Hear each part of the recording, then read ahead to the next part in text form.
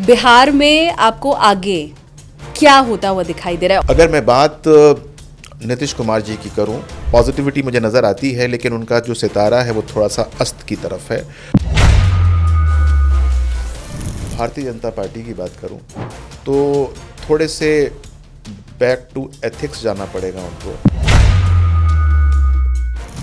अगर मैं यादव साहब की बात करूं तो इस समय चुनाव के अंदर अपना वर्चस्व कर रहे हैं, उनकी कुंडली मेरे पास उपलब्ध है। He can be the king maker if not the king. King maker तो वो होंगे, लेकिन किंग फिर कौन होगा? सवाल तो सबसे बड़ा यही रहता है। इस बार जो बीजेपी खड़ा करेंगी हाँ। वो किंग बन जाएगा। बंगाल की भी बात कर लेते हैं। अब बीजेपी ने एक टफ फाइट तो दी, लेकिन फिर भी गद्दी से दूर रही BJP. BJP will fair better now, लेकिन किंग दीदी भी बनेंगी। तो आप किसी की कुंडली देखते हैं तो पहले ये चेक करते हैं कि शेयर मार्केट से या सट्टे से उसकी कुंडली में योग है भी पैसा बनाने का या नहीं? बिल्कुल, अगर बुध कुंडली में मजबूत है वो शेयर मार्केट से पैसा कमाएगा। आने वाले समय में मार्केट आपको क्या क्रैश होता हुआ तो नहीं लग रहा है? तो एक तरफ योगी आदित्यनाथ और दूसरी तरफ अखिलेश यादव, तो इनकी कुंडलियां क्या कहती हैं? योगी जो हैं वो फिर अपना परचम लहराएंगे। बहुत से एस्ट्रोलॉजर ने ये प्रेडिक्शन अभी नहीं, एक साल पहले भी किया हुआ है कि मोदी जी अपना थर्ड टर्म कंप्लीट नहीं करेंगे। थर्ड टर्म छोड़ दीजिए, फोर्थ टर्म भी वही है। 2034 तक वो कहीं जाने वाले नहीं। ऑपरेशन सिंदूर जो खत्म हुआ है उससे मुझे लग रहा है कईयों का दिल भरा नहीं है। मतलब हमें लग रहा है हमने ठीक से मजा नहीं चखाया। जो हुआ वो बहुत ज्यादा हुआ है। वो पानी के लिए त्राहिमाम करना आरंभ कर देगा। और ये होगा, देखिएगा, अभी अगले 2 महीने की बात है।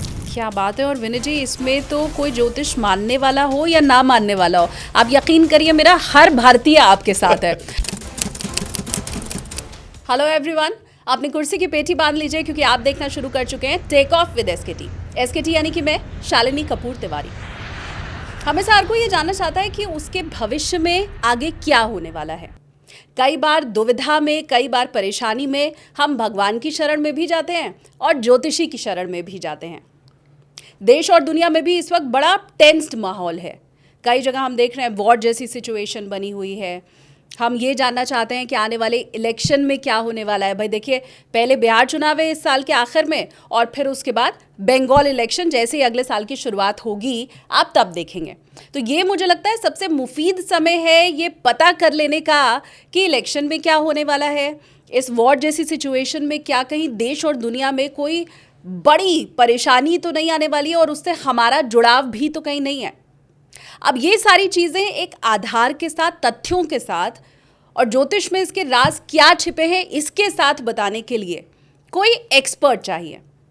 और इसीलिए आज टेक ऑफ विद एसकेटी में हम जिनके साथ टेक ऑफ करने जा रहे हैं वो इस वक्त गूगल पर सबसे ज़्यादा सर्च किए जाने वाले एस्ट्रोलॉजर में से एक हैं।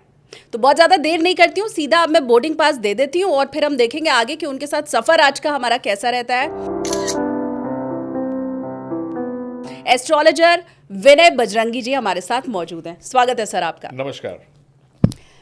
तो ये मैंने ठीक कहा कि तथ्यों के साथ और बाकायदा ज्योतिष के राज क्या है उनके साथ आप हमें आज सटीक भविष्यवाणी बताएंगे। तथ्यों की बात तो मैं नहीं करता, लेकिन हाँ ये ज़रूर बताऊंगा कि स्टार्स क्या कहते हैं, ग्रह क्या कहते हैं, नक्षत्र क्या कहते हैं, और यदि हम किसी स्टेट की बात करें और यदि हम किसी व्यक्ति विशेष की बात करें तो उस समय उसका क्या उसका रिजल्ट हो सकता है, हाँ उसके बारे में ज़रूर बताऊंगा मैं आपको। मैं आगे भविष्यवाणी की तरफ रुख करूं कि, और मैं एक्सपेक्ट कर रही हूं कि आज कुछ बड़ी भविष्यवाणियां आपकी तरफ से की भी जाएंगी। तो उसके पहले क्योंकि हम सब ये समझना चाहते हैं कि ज्योतिष में क्या देख करके या किस ढंग से आप लोग भविष्य के बारे में बता पाते हैं। बड़ा अच्छा क्वेश्चन है ये। देखिए, डिपेंड करता है कि क्वेश्चन क्या है और किसके परिप्रेक्ष्य में है। मान लीजिए कि बात हो रही है किसी ऐसी की जो कि एक पर्सनल समस्या होती है, शादी ब्याह, करियर, डिवोर्स या फिर आपका सेहत, इनसे संबंधी हो, तो ज़्यादातर आपकी जो कुंडली होती है जो कि बनती है आपके date of birth, time of birth और प्लेस ऑफ बर्थ से, उससे ही भविष्यवाणी की जाती है। बहुत लोग होते हैं उनके पास अपनी कुंडली होती ही नहीं है, या फिर टाइमिंग्स के बारे में वो अनश्योर होते हैं। यदि श्योरिटी नहीं है तो हम उनके टाइम को डिड्यूस कर सकते हैं कि कैसे कैसे उनका पास्ट बीता है, उसके हिसाब से उनकी कुंडली बन जाती है। और यदि कुछ नहीं पता है तो फिर उनके प्रश्न के आधार पे हम उनकी कुंडली का निर्माण करते हैं, और उसके बाद जो उनके क्वेश्चंस होते हैं उसी प्रकार से ट्रीट होते हैं। ये बात तो हो गई पर्सनल की बात। और उसके बाद बात यदि हम करें स्टॉक मार्केट, शेयर्स की, इलेक्शन एस्ट्रोलॉजी की बात करें, या फिर फिज़िकल चेंजेस इस धरा पे होने वाले क्या हैं उनकी बात करें, तो उसके लिए बहुत सारे वैज्ञानिक चीज़ों का हमको सहारा लेना पड़ता है। वैज्ञानिक का मतलब ये है कि इससे पहले वो घटनाक्रम क्या थी, यानी कि तथ्य लेकर आते हैं, और उसके बाद हम प्रश्न कुंडली का निर्माण करते हैं, और उसके बाद उसके अंदर उसको टैबुलेट करते हैं, और फिर नए रिजल्ट्स क्या हो सकते हैं उसको व्यक्त करने की चेष्टा करते हैं। और जब मैं चेष्टा की बात करता हूँ तो वो तथ्य हमारे पास कितने एक्यूरेट हैं इस पर डिपेंड करता है। और आजकल अनुकंपा ये है कि हमारे पास गूगल है, हमारे पास तथ्य जो हैं वो कभी भी गलत नहीं आते हैं, तो भविष्यवाणियाँ बहुत सटीक होने आरंभ हो गई हैं यदि व्यक्ति अनुभवी है तो। और हम भी आज यही उम्मीद कर रहे हैं कि व्यक्ति अनुभवी अगर है तो सटीक भविष्यवाणियां होनी अब शुरू हो चुकी हैं। तो सर, अगर मैं बाकी सबको छोड़ के सिर्फ आपके बारे में ही समझना चाहूँ तो एक्यूरेसी कितनी रहती है अगर हम भविष्यवाणी की बात करें तो? बहुत बार क्या होता है कि क्वेश्चंस के ऊपर डिपेंड करता है कि आपका क्वेश्चन क्या है, और आप उन क्वेश्चंस को किस प्रकार से पूछ रहे हैं। मैंने देखा कि लोग जो हैं वो जब क्वेश्चन पूछना आरंभ करते हैं तो वो ब्रह्म वाक्य के ऊपर ज़्यादा भरोसा नहीं करते। ब्रह्म वाक्य क्या होता है कि आपने कुछ क्वेश्चन पूछा और मैंने उसका आंसर दिया, लेकिन आप उस आंसर से सेटिस्फाई नहीं हुए। आपने क्या किया कि चालाकी करते हुए उस क्वेश्चन को किसी और तरीके से पूछा, फिर उसका क्वेश्चन तो मोरलेस वही रहेगा। अब धीरे धीरे आपने क्वेश्चन तो वही रखा लेकिन उसका पूछने का प्रारूप चेंज कर दिया। तो फिर क्या होता है कि हम भी ह्यूमन होते हैं, हम फिर आपके ही इन्फ्लुएंस में आना शुरू हो जाते हैं, कहते हैं नहीं नहीं ठीक है, हो जाएगा, हो सकता है, कोई बात नहीं। तो यहाँ पर ये कहूँगा कि यदि आप कोई भी एस्ट्रोलॉजर हो, एक्सपीरियंस होना चाहिए, उसको कुंडली मांचनी आनी चाहिए अच्छी तरीके से, उसके ब्रह्म वाक्य के ऊपर जाएं तो निश्चित तौर से जो एक्यूरेसी है वो 99.99% मिल जाएगी। लेकिन आप यदि उसको मॉडिफाई करने की कोशिश करें, आप उसी क्वेश्चन को अलग अलग तरीके से, अच्छा हो तो जाएगा ना। जैसे मान लीजिए कि एक माँ आती है मेरे पास, उसका बच्चा पढ़ता नहीं है, रिज़ल्ट उसका हल्का है, उसने पूछा कि मेरा बेटा पास होगा कि नहीं। हमने कहा कि नहीं हो सकता। अच्छा, अगर वो पढ़ेगा तो पास हो जाएगा। अच्छा, वो अगर सपोज मैं उसको ये ट्यूशन करा दूं तो पास हो जाएगा। अगर मान लो कि वो उसके पास, शर्मा जी के पास चला जाए पढ़ने के लिए तो पास हो जाएगा। क्या करूं मैं, पास होगा कि नहीं होगा। अब उसने इतने सारे क्वेश्चन से लाद दिया उसको कि उसको समझ में नहीं आ रहा कि मैंने जो पहले बोला था उसको मैं कैसे इसके अंदर में फिट करूं, और अल्टीमेटली वो सकम कर जाता है उसके क्वेश्चन के ऊपर। कहते हैं हाँ जी हाँ, आप ऐसा कर लीजिए तो पास हो जाएगा, वैसा कर लीजिए, और फिर आपकी भविष्यवाणी ब्रेक कर जाती है, क्योंकि अल्टीमेटली आपने जो पहली बात कही थी वही ब्रह्म वाक्य था कि क्या चीज़ होने वाली है। अगर वही उस पर आप कॉन्सेंट्रेट करें तो निश्चित तौर से कोई भी भविष्यवाणी फेल नहीं होगी, कम से कम जो मैं करूँगा वो। ठीक है। और आज हम क्योंकि पर्सनल पे नहीं लेकिन देश और दुनिया में क्या होने वाला है उसके ऊपर चर्चा करेंगे। सर, आपने खुद ही कहा कि शेयर मार्केट की भी भविष्यवाणी हो सकती है, तो थोड़ा उसके बारे में भी हम जानेंगे, क्योंकि वॉर जैसे सिचुएशन में मुझे लगता है चाहे वो इन्वेस्टर है या ट्रेडर है, दोनों ही डरा हुआ होगा कि पैसे डूब तो नहीं जाएंगे कहीं हमारे। आगे हम उसके ऊपर चर्चा करने वाले हैं। कुछ आपके सवाल हैं, कॉमेंट सेक्शन खुला हुआ है, आपने सवाल हमें टाइप करके ज़रूर भेजिए। तो इधर उधर की ना बात कर, सीधे अगर मैं अब पॉइंट पे आऊँ तो बिहार इलेक्शन है, जैसे मैंने शुरू में भी कहा। बिहार में आपको आगे क्या होता हुआ दिखाई दे रहा है, और थोड़ा अगर आप हमें ये भी बताएं कि ये प्रेडिक्शन आप किस लिहाज से कर रहे हैं। मतलब कि आपने अलग अलग पार्टियों की कुंडली देखी है, नेताओं की कुंडली देखी है, और फिर उसके बाद क्या ये प्रेडिक्शन है?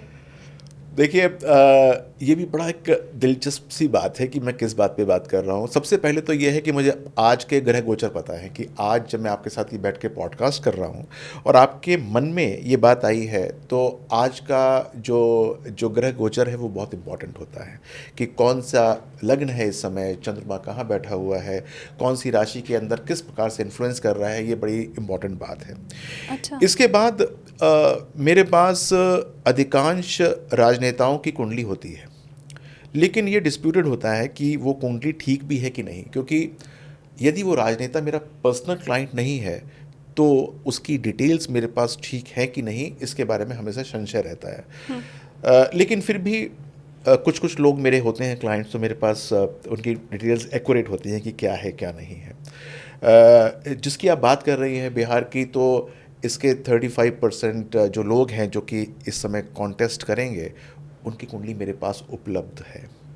तो वो कुंडली प्लस आज का प्रश्न प्लस जिस समय ये चुनाव होंगे, मान लीजिए अक्टूबर में होंगे या नवंबर में होंगे या दिसंबर में होंगे, उस समय के जो प्रमुख गोचर होते हैं, यानी कि ट्रांजिटिंग प्लैनेट्स, शनि कैसा रहेगा, उस समय जुपिटर क्या कहता है, राहु केतु क्या कहता है, ये सब बड़े इंपॉर्टेंट होते हैं।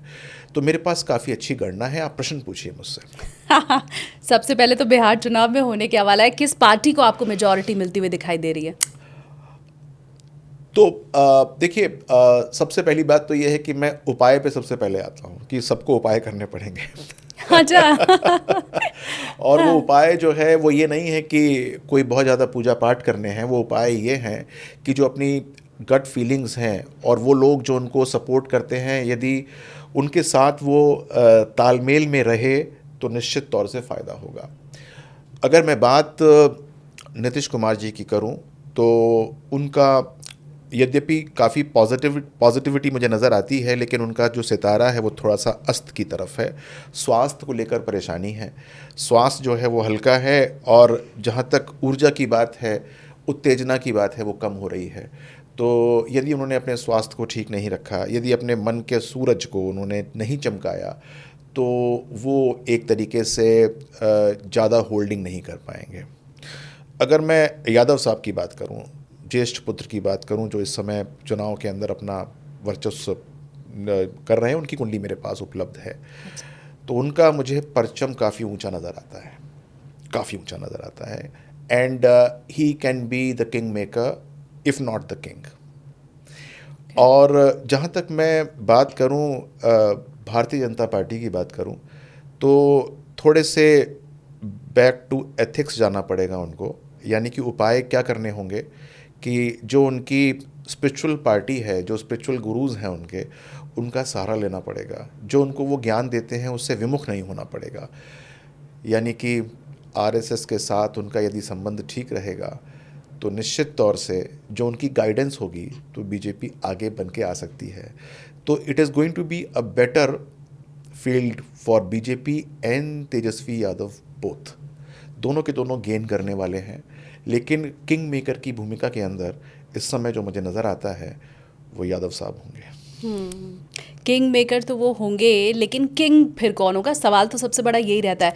अभी तक तो हमने देखा है किंग मेकर चाहे कोई भी है, किंग तो नीतीश ही बनते हैं, और इस बार आप कह रहे हैं कि उनका भी सितारा आपको थोड़ा अस्त तो मैं दिखाई दे रहा है। आपको बताऊं कौन होगा इस बार जो बीजेपी खड़ा करेंगी, जो एकदम राहु निकाल के देते हैं वो किंग बन जाएगा। ओके जी। तो ये मैं प्रेडिक्शन आपकी मानूं कि चाहे सहारा किसी का भी लेना पड़े, किंग मेकर कोई भी बने, पर सीएम की गद्दी पर फिर बीजेपी का ही कोई शख्स बैठ रहा है। बीजेपी का शख्स बैठेगा, नंबर 1। और नंबर 2, उसको उपाय करना पड़ेगा बीजेपी को। और उपाय मैंने बता दिया कि जो स्पिरिचुअल उसका पाथ है उसको छोड़ना नहीं है। यानी कि वहाँ से जो जो संदेश पार्टी को मिलते हैं उससे विमुख नहीं होना है बीजेपी को। यदि वो वहाँ से विमुख हो जाती है, यानी कि आरएसएस का दामन हल्का करती है या फिर वहाँ पर तवज्जो नहीं देती है, तो उसको नुकसान होने की संभावना हो जाएगी।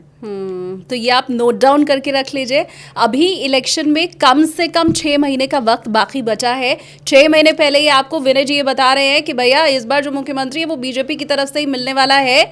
अब किंग मेकर तेजस्वी बनते हैं नहीं बनते हैं, उनके साइड से क्या बीजेपी को सपोर्ट मिलता है या नहीं मिलता है, ये बात की बात है। उपाय अगर बीजेपी ने वही अपनाया जो विनय जी ने बताया है, तो मुख्यमंत्री इस बार बिहार में बीजेपी का बनने वाला है। जी, ये बिल्कुल। बहुत बड़ा प्रिडिक्शन है, क्योंकि जी, बिल्कुल। इसके पहले हम ये देखते हैं कि बड़ा भाई छोटा भाई वाली जो भूमिका रहती है उसमें बीजेपी छोटा भाई दिखाई देती है बिहार के अंदर। तो ये बहुत बड़ा प्रिडिक्शन है आपकी तरफ से। छोटा भाई भी किंग बन सकता है ना। बहुत बार ऐसा इतिहास में हुआ है कि छोटे भाई ने जो है राजगद्दी संभाल ली है। हाँ।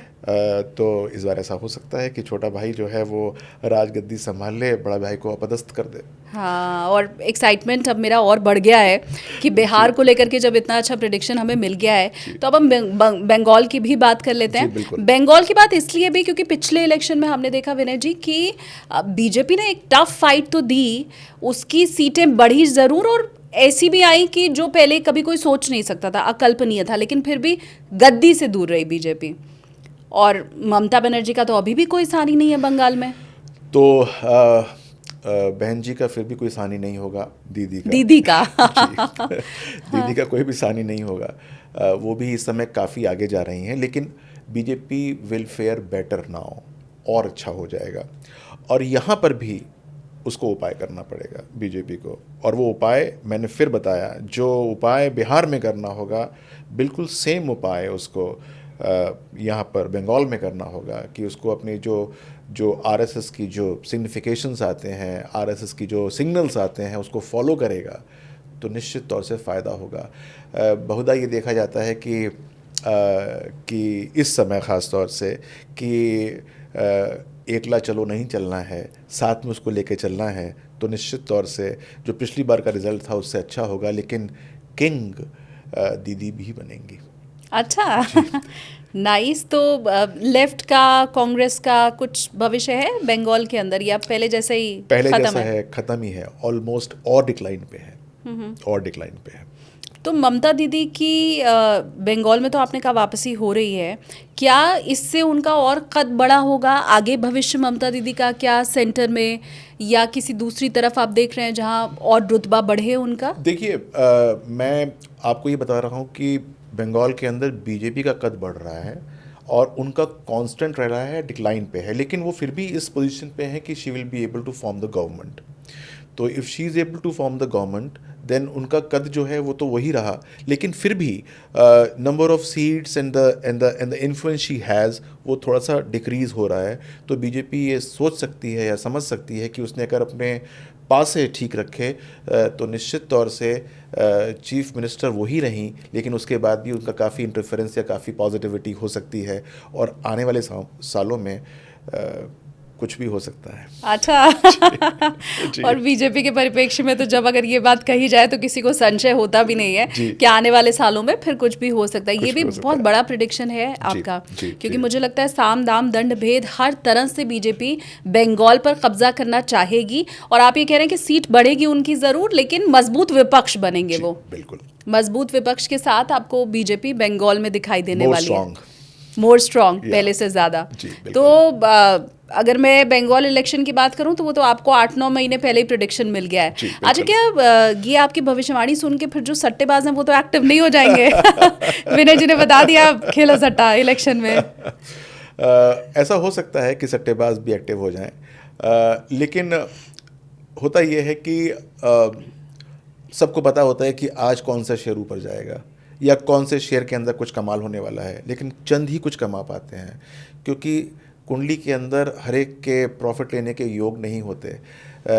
हो सकता है कि बुध या उनको बहुत अच्छी बुद्धि दे रहा हो, लेकिन राहु चीख चीख के कह रहा है कि मैं तुमको फ़ायदा नहीं होने दूंगा, मैं तुम्हारे अष्टम भाव को हल्का कर दूंगा या मैं तुम्हारे पंचम भाव को हल्का कर दूंगा।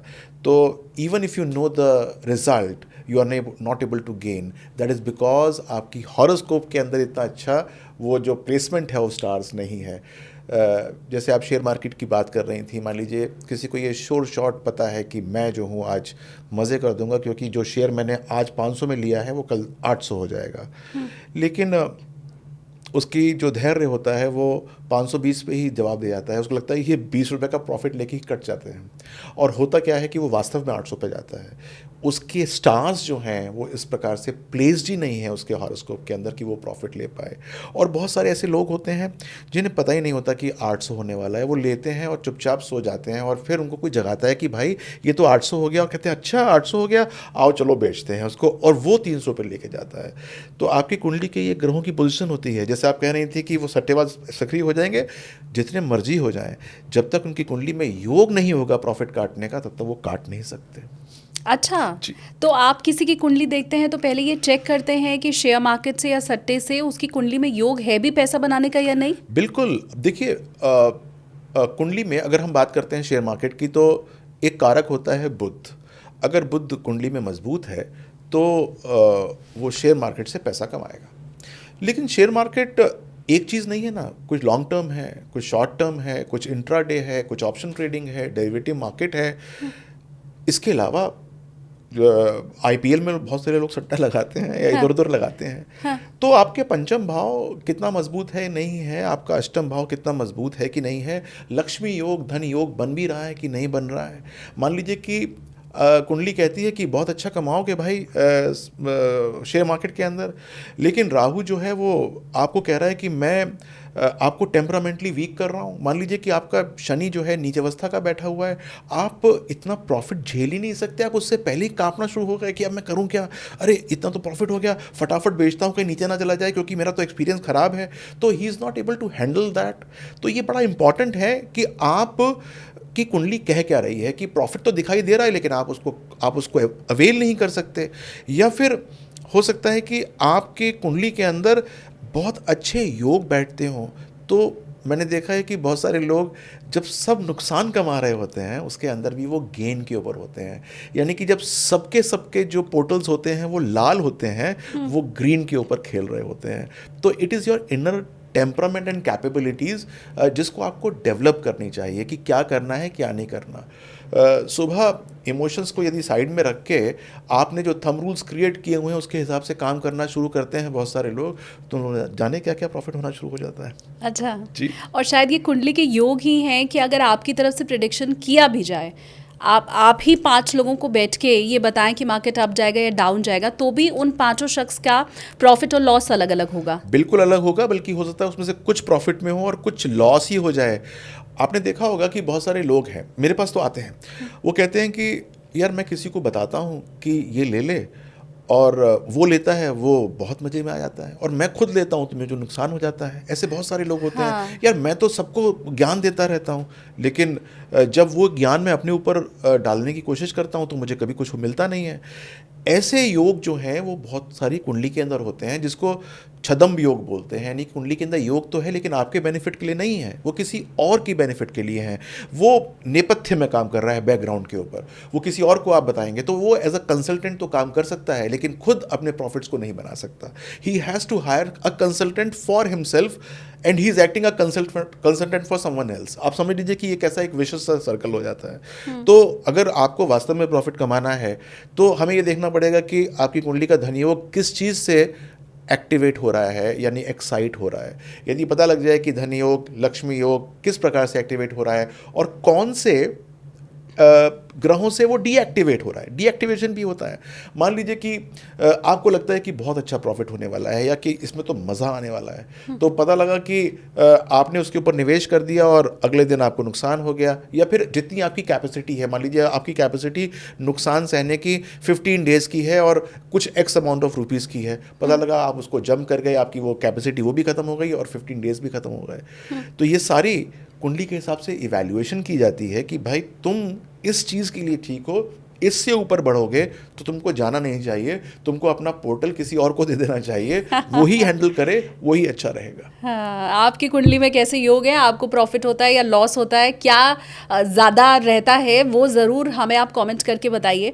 और विनय जी, किसी की कुंडली में योग हो अच्छा कमाने वाला सट्टे से या ना हो, शेयर मार्केट से कमाने वाला हो या ना हो, लेकिन अब जब आप सामने बैठे हैं तो मार्केट किधर को जाएगा ये तो फिर पूछना बनता ही है।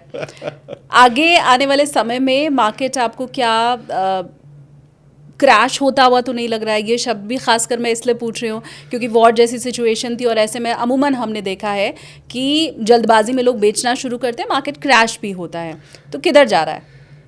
तो देखिए, सबसे पहले तो मैं ये बताना चाहूँगा कि जो लॉन्ग टर्म इन्वेस्टर्स हैं वो तो खुश रहें, चिंता मत करिए, कोई मार्केट क्रैश नहीं होगा, बल्कि उन्होंने अगर सपोज ये सोचा होगा कि मुझे इतना प्रॉफिट होना चाहिए मेरी इतने निवेश के ऊपर, तो निश्चित तौर से होने वाला है। 2025 के अंदर it is going to rise and rise and rise and rise, कोई चिंता करने की ज़रूरत ही नहीं है। और जो लोग इंट्राडे या ऑप्शन ट्रेडिंग के अंदर ट्रेड करते हैं, उनको मैं ये बताना चाहूँगा कि भाई अपनी कुंडली का निरीक्षण परीक्षण ज़रूर कराना चाहिए। अगर आपकी कुंडली के अंदर कमाने का योग है तो मार्केट अगर गिर भी रहा होगा तब भी कमाओगे, और यदि कुंडली में योग नहीं है तो मार्केट जितना मर्जी उठ जाए भाई, कमा नहीं सकते हो। तो you will have to just understand कि कुंडली का योग क्या कहता है। बहुत बार आपको गुमराह करता है मार्केट, बहुत बार बुध जो है वो आपको बुद्धि पूरी देता है, लेकिन राहु कहीं बैठा और चिल्ला रहा होता है, वो किसी और के साथ साजिश कर रहा होता है। मान लीजिए शनि के साथ बैठ के साजिश कर रहा है किसी और ऐसे भाव में जो आपका लॉस का भाव है। आपने 3 जो है अच्छी कॉल्स ले ली, चौथी कॉल ख़राब हो गई, वो उसने आपको नेगेटिव कर दिया। वो जो शनि और राहु का कॉम्बिनेशन बैठा हुआ है उसने नेगेटिव कर दिया। तो जितना प्रॉफिट आपने 3 कॉल्स में कमाया नहीं, वो आपने चौथे के अंदर लूज़ कर दिया। तो ये देखना बड़ा इम्पॉर्टेंट है। और मैंने देखा कि लोग आते हैं और डिस्कस करते हैं कि भाई मैं बहुत अच्छा कमाता था या कमा रहा हूँ, और मैं इतना प्रॉफिट कमा के बैठा हूँ, और मेरे को बस एक ऐसा आया कि मेरा सारा का सारा उड़ गया। तो मैं ये पूछता हूँ उनसे कि भाई आप अपना इवैल्यूएट कभी करते हो?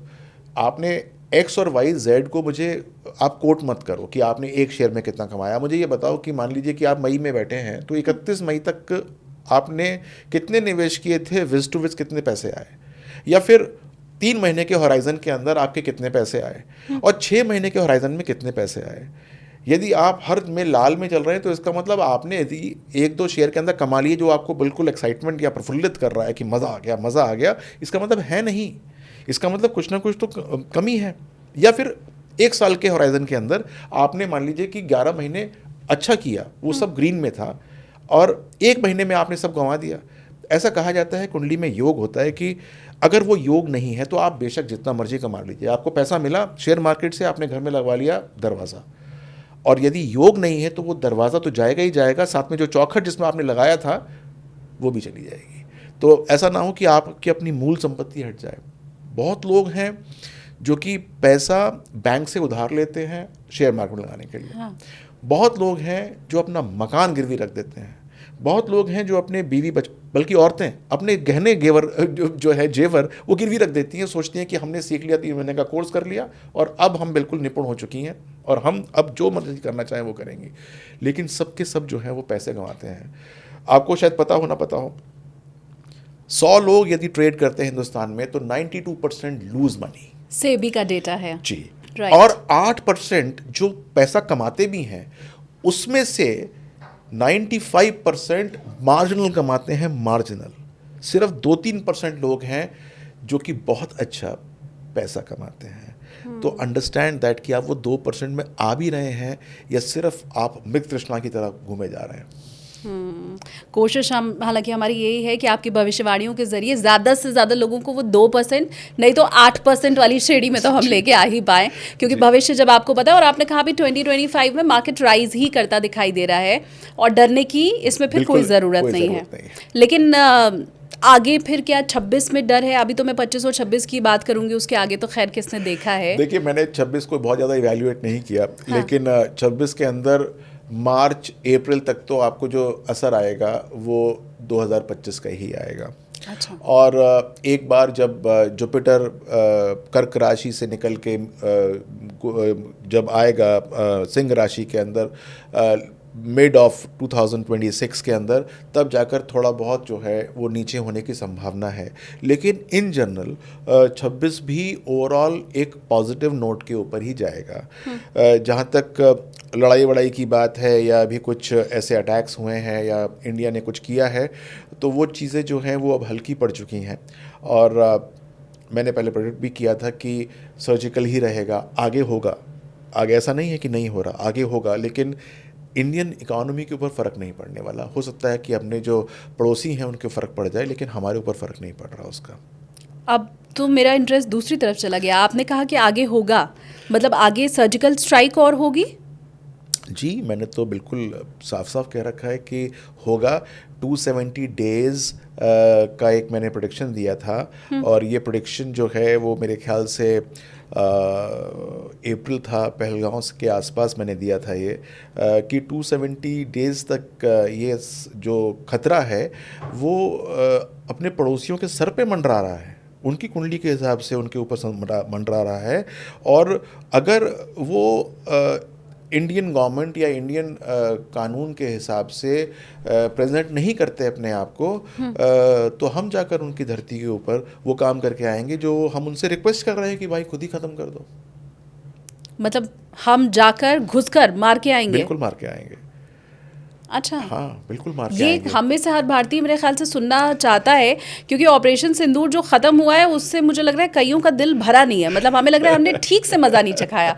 मज़ा तो चखाया पाकिस्तान को, लेकिन हर भारतीय ये सोच रहा है कि अभी तो और इनकी कुटाई होनी चाहिए थी। नहीं, देखिए ऐसा है कि हम लोग सोच बहुत ज़्यादा रहे थे, लेकिन जो हुआ वो बहुत ज़्यादा हुआ है और इसके बारे में वो तो जिनके साथ हुआ है वो बोल नहीं रहे, क्योंकि वो कितना बोलेंगे वो इतना ज़्यादा बोल नहीं सकते और हम लोग ज़्यादा बोल इसलिए नहीं सकते क्योंकि यदि बातें खुलेंगी तो दूर तलक जाएंगी।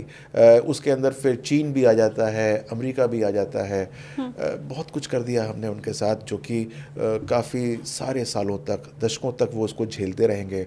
और अभी तो सिंधु की जो हमने जो एक युद्ध वो ख़त्म करी है, ट्रीटी ख़त्म की है, हाँ। उसका तो अभी इफ़ेक्ट आया ही नहीं है। अब उसका इफ़ेक्ट आना शुरू होगा जब वो पानी के लिए त्राहिमाम करना आरंभ कर देगा। और ये होगा, देखिएगा, अभी अगले 2 महीने की बात है। मतलब आप ज्योतिषीय गणना की अगर मैं बात करूं तो उसके जरिए भी ये मैं साफ दिखाई दे रहा है। बिल्कुल, मेरा जो भी मैं कथन कह रहा हूँ ये सारा का सारा एस्ट्रोलॉजिकल है, कोई तथ्यों पे आधारित नहीं है। ये सिर्फ एस्ट्रोलॉजिकल तथ्यों पे आधारित है सारा का सारा। क्या बात है। और इससे अच्छा क्या होगा कि सांप भी मर जाए और लाठी भी ना टूटे। बिल्कुल। आपने कहा हम सर्जिकल स्ट्राइक भी करेंगे, घर में घुसकर भी मारेंगे और इकोनॉमी पे भी हमारी कोई असर नहीं होगा। बिल्कुल बिल्कुल। तो ये एक संदेश भी है। संदेश ये है कि मैंने कहा था तुरंत ही जिस दिन ये पहलगाँव का स्ट्राइक हुआ था तो मैंने एक छोटा सा वीडियो किया था और मैंने कहा था कि वो जितने भी आका हैं वो छुप जाएं, जितने भी लोग हमारे खिलाफ साजिश करते हैं वो छुप जाएं, क्योंकि अब उनके सर जो हैं हटने वाले हैं, कलम होने वाले हैं। और हम लोग घुस के भी करेंगे और छुप छुप के नहीं, हम बिल्कुल सामने जाके करेंगे। तो वो लोग जितना ज़्यादा आके और बताएंगे कि हमने हिंदुस्तान के साथ ये कर दिया, या जितना जहर उगलेंगे, हमको वो अपने लोकेशंस दे रहे हैं, हम उनको साफ़ कर देंगे। और होना भी शुरू हुआ है। यदि आपने अखबार पढ़ा हो 2-4 दिन पहले तो ये होना भी शुरू हुआ है और होना शुरू हो गया है। और वो जो प्रमुख नाम हैं वो इतिहास में आ जाएंगे, वो फिर अब जीवित नहीं रहेंगे। ये 9 महीने की बात है, 270 डेज़, सब कुछ साफ हो जाएगा। क्या बात है। और विनय जी, इसमें तो कोई ज्योतिष मानने वाला हो या ना मानने वाला हो, आप यकीन करिए मेरा हर भारतीय आपके साथ है। हर भारतीय ये कहेगा कि विनय जी की ये भविष्यवाणी तो सच ही हो जाए, हम तुम्हारे साथ हैं, ये होना ही चाहिए। और इसमें वो जेनजी वाले जो बच्चे होते हैं जो ज्योतिष नहीं मानते हैं, वो भी सुनेंगे तो कहेंगे नहीं नहीं ये तो होना ही चाहिए, ट्रस्ट मी। अच्छा, मैं वापस अगर back to the point share market वाले पे आऊँ तो आप हमें कुछ नंबर्स भी बताएंगे क्या कि निफ्टी यहाँ तक जा सकता है या सेंसेक्स इतना हो सकता है? देखिए वो ना जैसे प्री नेटल जो सेक्स डिटर्मिनेशन होता है वो फॉरबिडन होता है ना। क्योंकि हमारे यहाँ पर अभी ऐसे बहुत सारे लोग आते हैं, तो मैं कहता हूँ इसमें मत फंसिए। इट इज़ नॉट अबाउट कि वो सेंसेक्स जो है 25,000 जा रहा है या 32,000 जा रहा है या कहाँ जा रहा है, उसकी बात ही नहीं है ये। निफ्टी कहाँ तक पहुँचेगा उसकी बात नहीं है। बात यह है कि आपके लिए क्या होने वाला है, आपके लिए क्या प्रॉफिटेबल है कि नहीं है, you are going to make money और not, and what are the tricks of the trade so that you can make money. देख लीजिए कि आपके बुद्ध में कहाँ बैठा हुआ है आपकी कुंडली के अंदर। बहुत सारे लोग हैं जो कि बहुत अच्छा परफॉर्मेंस करने की बात करते हैं और बहुत सारे कोर्सेज किए बैठे होते हैं, नॉलेज भी बेशुमार होती है। कुंडली के अंदर बुद्ध की जो प्लेसमेंट होती है तृतीय भाव में बैठी होती है। तृतीय, अब ऐसी बात मैं कह रहा हूँ, हो सकता है एस्ट्रोलॉजिकल आपको समझ में ना आए, लेकिन फिर भी 10th हाउस से 6th हो गया वो, 10th हाउस से 8th हो गया वो। ये सारी की सारी नेगेटिव पोजीशंस है फॉर द कारका ऑफ शेयर मार्केट ट्रेड। और एसोसिएशन फिर जो है नेगेटिव प्लैनेट से हो गया, मान लीजिए शनि बैठे हुए हैं बुध के साथ और वो आपके 10th हाउस से षडाष्टक हुआ है, तो इसका मतलब लॉन्ग टर्म शेयर मार्केट के अंदर भी आप अपने अपने टेम्परामेंट को कंट्रोल नहीं कर पाएंगे। 3 महीने के बाद, 2 महीने के बाद अपने बार बार पोर्टल खोल के देखेंगे क्या हुआ यार, क्या नहीं हुआ, ये नहीं हिल रहा, वो नहीं हिल रहा, ऐसा नहीं हो रहा, वैसा नहीं हो रहा। तो मैं तो ये कहूँगा कि ये नंबर्स को छोड़िए, अपने हॉरोस्कोप को देखिए, उसके नंबर्स क्या कह रहे हैं, कौन से ग्रह चीख रहे हैं, कौन से शांत बैठे हैं और कौन से एक्साइटेड बैठे हुए हैं, किस प्रकार से उनको मनूवर करना है ताकि आपको ही ज़रूर फ़ायदा हो शेयर मार्केट से। एक चीज़ मैं और आपसे समझना चाहूँगी, वो मेरे व्यूवर जो शायद थोड़ा बहुत ज्योतिष जानते होंगे वो अपनी कुंडली भी इसी के साथ टटोलना शुरू कर देंगे। आपने बार बार जब शेयर मार्केट और कुंडली का जिक्र किया तो आपने उसमें राहु और बुध का जिक्र ज़रूर किया है ना। आपने कहा हो सकता है बुध तो बड़े अच्छे बैठे हों लेकिन राहु कोई ऐसा योग बना रहे हो, तो क्या मैं इसका अर्थ ये समझूं कि राहु ही है जो घाटा दिलाता है आपको शेयर मार्केट में? नहीं नहीं, ऐसा नहीं है। हाँ। राहु को लोग समझते हैं, जानते हैं, थोड़ा सा डरते हैं, भय आ जाता है, इसलिए राहु बोला मैंने, लेकिन हाँ। राहु भ्रम का कारक होता है।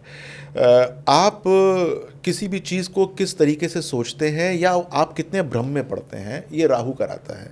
अगर राहु भ्रम की स्थिति दे रहा है, आपको नुकसान हो रहा है, तो किसने भ्रम दिया आपको, या किसी ने एक फॉल्स सिचुएशन किसने खड़ी करी, ये राहु ने खड़ी करी, तो आपको भ्रम दिया, तो इसलिए राहु की बात करते हैं।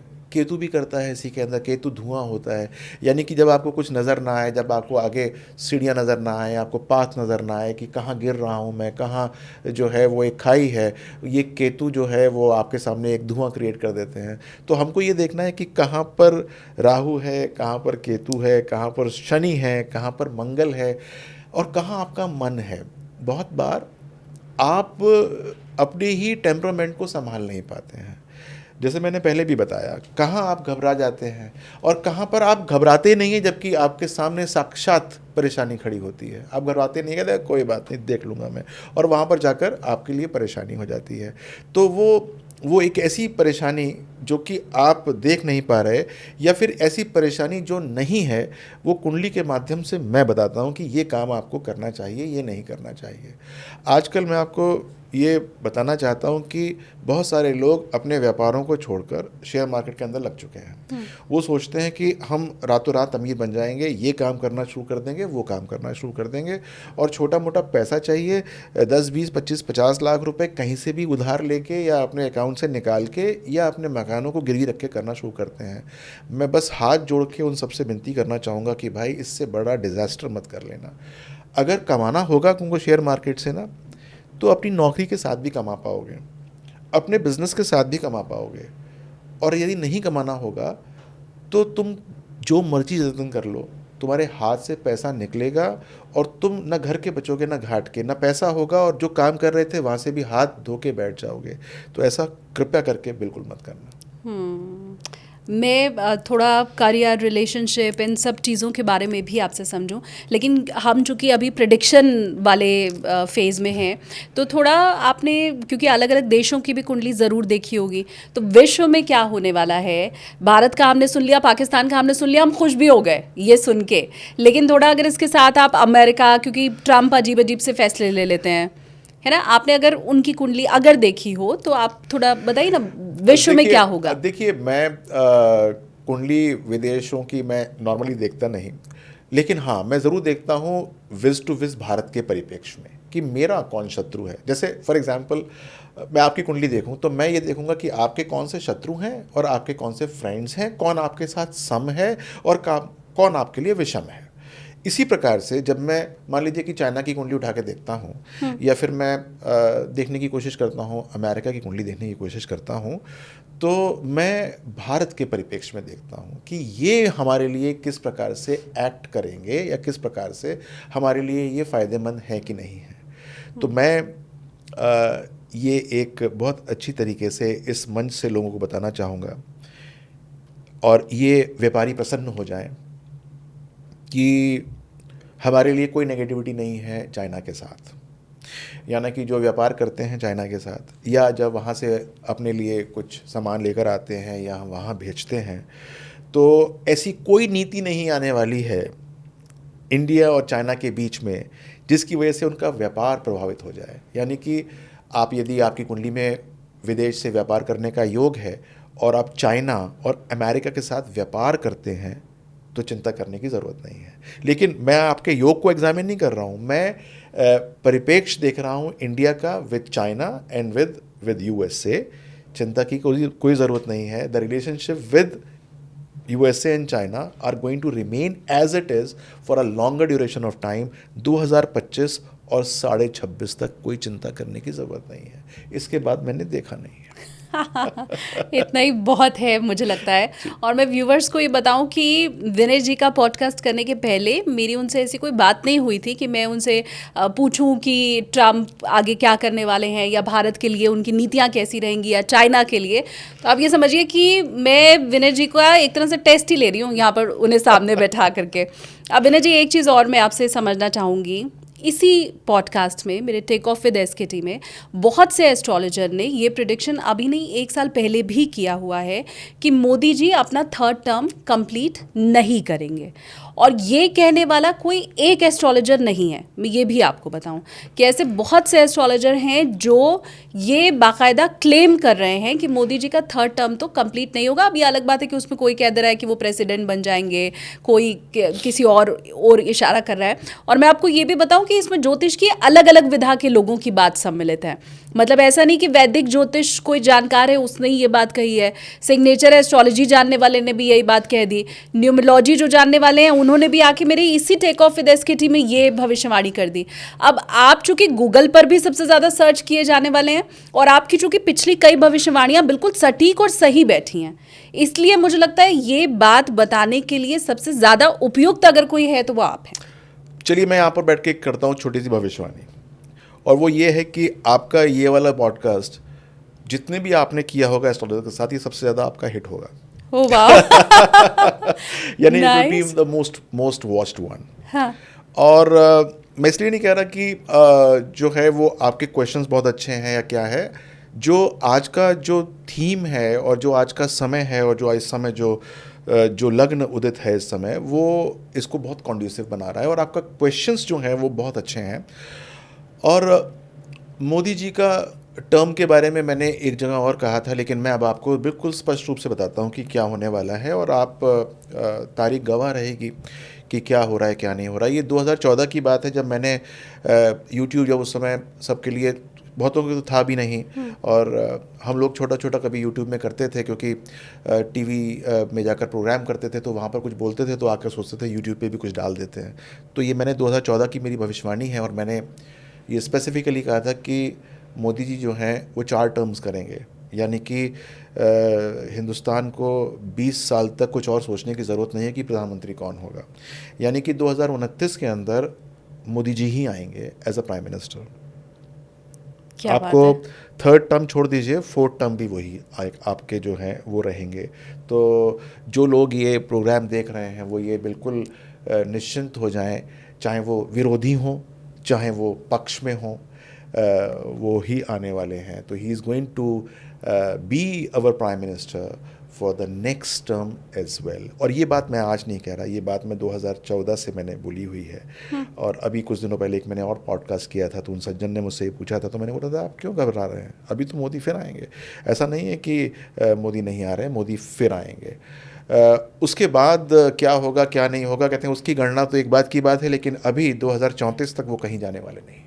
लेकिन विनय जी ये बहुत बड़ी बात है कि 2014 में तब तक बन चुके थे प्रधानमंत्री मोदी जी, या इलेक्शन का दौर था? वो इलेक्शन का दौर था, एंड वो मेरी वीडियो यूट्यूब पे पड़ी हुई है, उसको कोई भी देख सकता है जाके। कोई भी देखेगा जाकर उसको।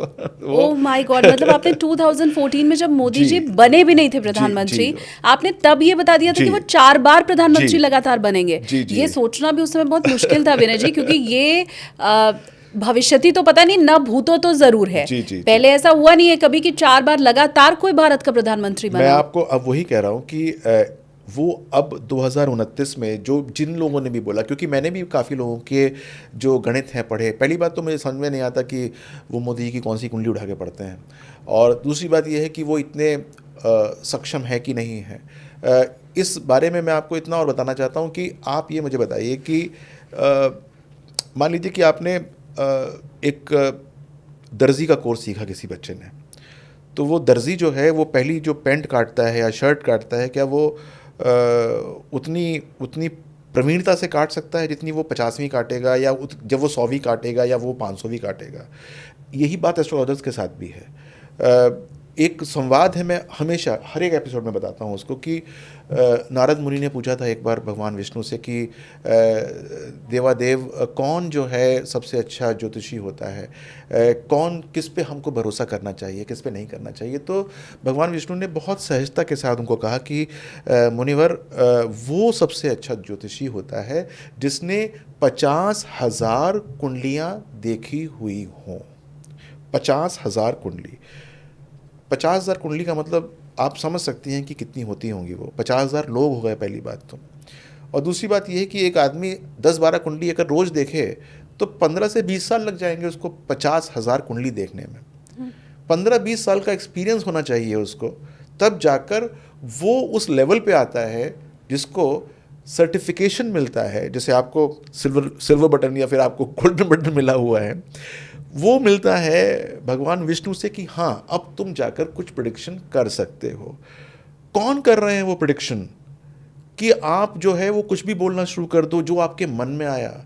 एंड जो मैंने आप एपिसोड शुरू किया था तब मैंने कहा था कि मैं तथ्यों को नहीं जानता, और वास्तव में तथ्यों से जो प्रेडिक्शन करता है वो गलत प्रेडिक्शन करता है। जो कुंडली देखकर प्रेडिक्शन करता है वही तो प्रेडिक्शन होती है। तथ्य से देखकर तो सबको ही कर देते हैं प्रेडिक्शन कि हाँ नहीं, इंडिया जीत जाएगा या आईपीएल में ये जीत जाएगा, सब करते हैं क्योंकि उनको पता होता है कौन सी टीम ठीक खेल रही है, कौन सी नहीं खेल रही है। हाँ। जिसको ये पता नहीं है कि तथ्य क्या है, जिसको कुंडली पता है सिर्फ, वही असली ज्योतिषी है। वरना तो जर्नलिस्ट भी एग्जिट पोल लेके आ जी जाते बिल्कुल हैं। लेकर आते हैं, रोज लेकर हाँ। आते हैं, बिल्कुल रिवर्स भी होते हैं कभी कभी। ठीक बात। लेकिन ये जो आपका प्रिडिक्शन है, एक तो ये बहुत लंबे समय तक मुझे लगता है याद भी रखा जाएगा। 2014 में विनय जी ने कहा था, अब देखिए 2025 में मेरे पॉडकास्ट में भी कह दिया है, तो मतलब इलेक्शन तो अब 2029 में है जी। तो 4 साल पहले आपको ये बात भी पता चल चुकी है जी। अब चूंकि तभी तो मैं कह रहा हूँ आपसे कि आपका ये सबसे ज्यादा वॉच तब तक वॉच किया जाएगा, 29 तक भी वॉच किया जाएगा ये। ठीक बात। अब चूंकि आपने ये तो बता दिया है कि मोदी जी ही हमारे अगले प्रधानमंत्री रहेंगे, तो ये सवाल तो खारिज ही हो गया मेरा कि मोदी नहीं तो कौन। क्योंकि जैसे ही कोई कहता है कि मोदी जी तीसरा टर्म कंप्लीट नहीं कर पाएंगे, मैं फिर अगला सवाल यही पूछती हूँ कि अच्छा जी मोदी नहीं तो फिर कौन? और फिर कौन की जब बारी आती है तो फिर बारी योगी आदित्यनाथ की आती है, क्योंकि सबसे ज्यादा उनके बाद वही पॉपुलर है। तो लगता है कि क्या यूपी से निकलकर वो केंद्र में तो नहीं चले जाएंगे? तो ये तो सवाल मेरा पूछने के पहले ही खारिज हो गया कि योगी जी तो नहीं बनने वाले अगले प्रधानमंत्री। तो जब ये कंफर्म है कि वो अगले प्रधानमंत्री नहीं बन रहे हैं, तो 29 के पहले 27 और 27 में उत्तर प्रदेश का चुनाव। अब वहां का दो बड़ा चेहरा, एक तो योगी आदित्यनाथ, जिनके लिए मैं हमेशा सोचती हूँ कि वो प्रधानमंत्री तो नहीं बनने वाले, तो एक तरफ योगी आदित्यनाथ और दूसरी तरफ अखिलेश यादव, क्योंकि वो भी बड़े पॉपुलर इस समय हैं। तो इनकी कुंडलियाँ क्या कहती हैं? अखिलेश जी की कुंडली मेरे पास है उपलब्ध। अब उसमें हो सकता है कि 10-15 मिनट का फ़र्क हो, लेकिन काफ़ी अच्छी सटीक मेरे पास उनके लिए इन्फॉर्मेशन है। और वो ये है कि काफ़ी सशक्त हो रहे हैं, काफ़ी बलिष्ठ हो रहे हैं, इस बार काफ़ी बल प्राप्त कर रहे हैं। लेकिन उनका बल जो है वो योगी के सामने हल्का है, और योगी जो हैं वो फिर अपना परचम लहराएंगे और वो फिर से मुख्यमंत्री की कुर्सी पे काबिज होंगे। तो Akhilesh ji is surely going to get momentum, और Yogi ji is still going to have या form the government for that matter. तो अगर अखिलेश जी को बनना है मुख्यमंत्री तो मेरे पास उपाय है उनके लिए। क्या बात है। उम्मीद मैं यही कर रही हूँ कि अखिलेश जी फिर सुने भी इस पॉडकास्ट को और उपाय अपनाए भी। और ये उपाय ज्योतिष के बिल्कुल सटीक होते हैं। उपाय ये नहीं है कि ये पूजा कर लो, क्या ये मंत्रा कर लो। तो उपाय मैं तो ये ऐसे है ही कि सोच रही थी। मुझे लगा आप कोई मंत्र जाप करने देंगे। नहीं, ऐसा नहीं होता। हाँ। देखिए, फॉर एग्जांपल मैं आपकी कुंडली की बात करूं जैसे, तो आपकी कुंडली के अंदर चंद्रमा अगर कोई बैठा हुआ है तो वो आपकी माँ है, सूर्य आपके पिता हैं, मंगल आपके भाई हैं, राइट, बुध हैं तो वो आपके जो मंत्री हैं या फिर आपके संतरी हैं वो हो जाते हैं, गुरु आपके वरिष्ठ हो जाते हैं, आपके पिता हो जाते हैं, आपके गुरु हो जाते हैं, शनि आपके नौकर चाकर और जो आपके हुक्म के जो आपकी बात मानते हैं सारी वो हो जाते हैं। इस प्रकार से सारे ग्रह की पोजीशन होती है।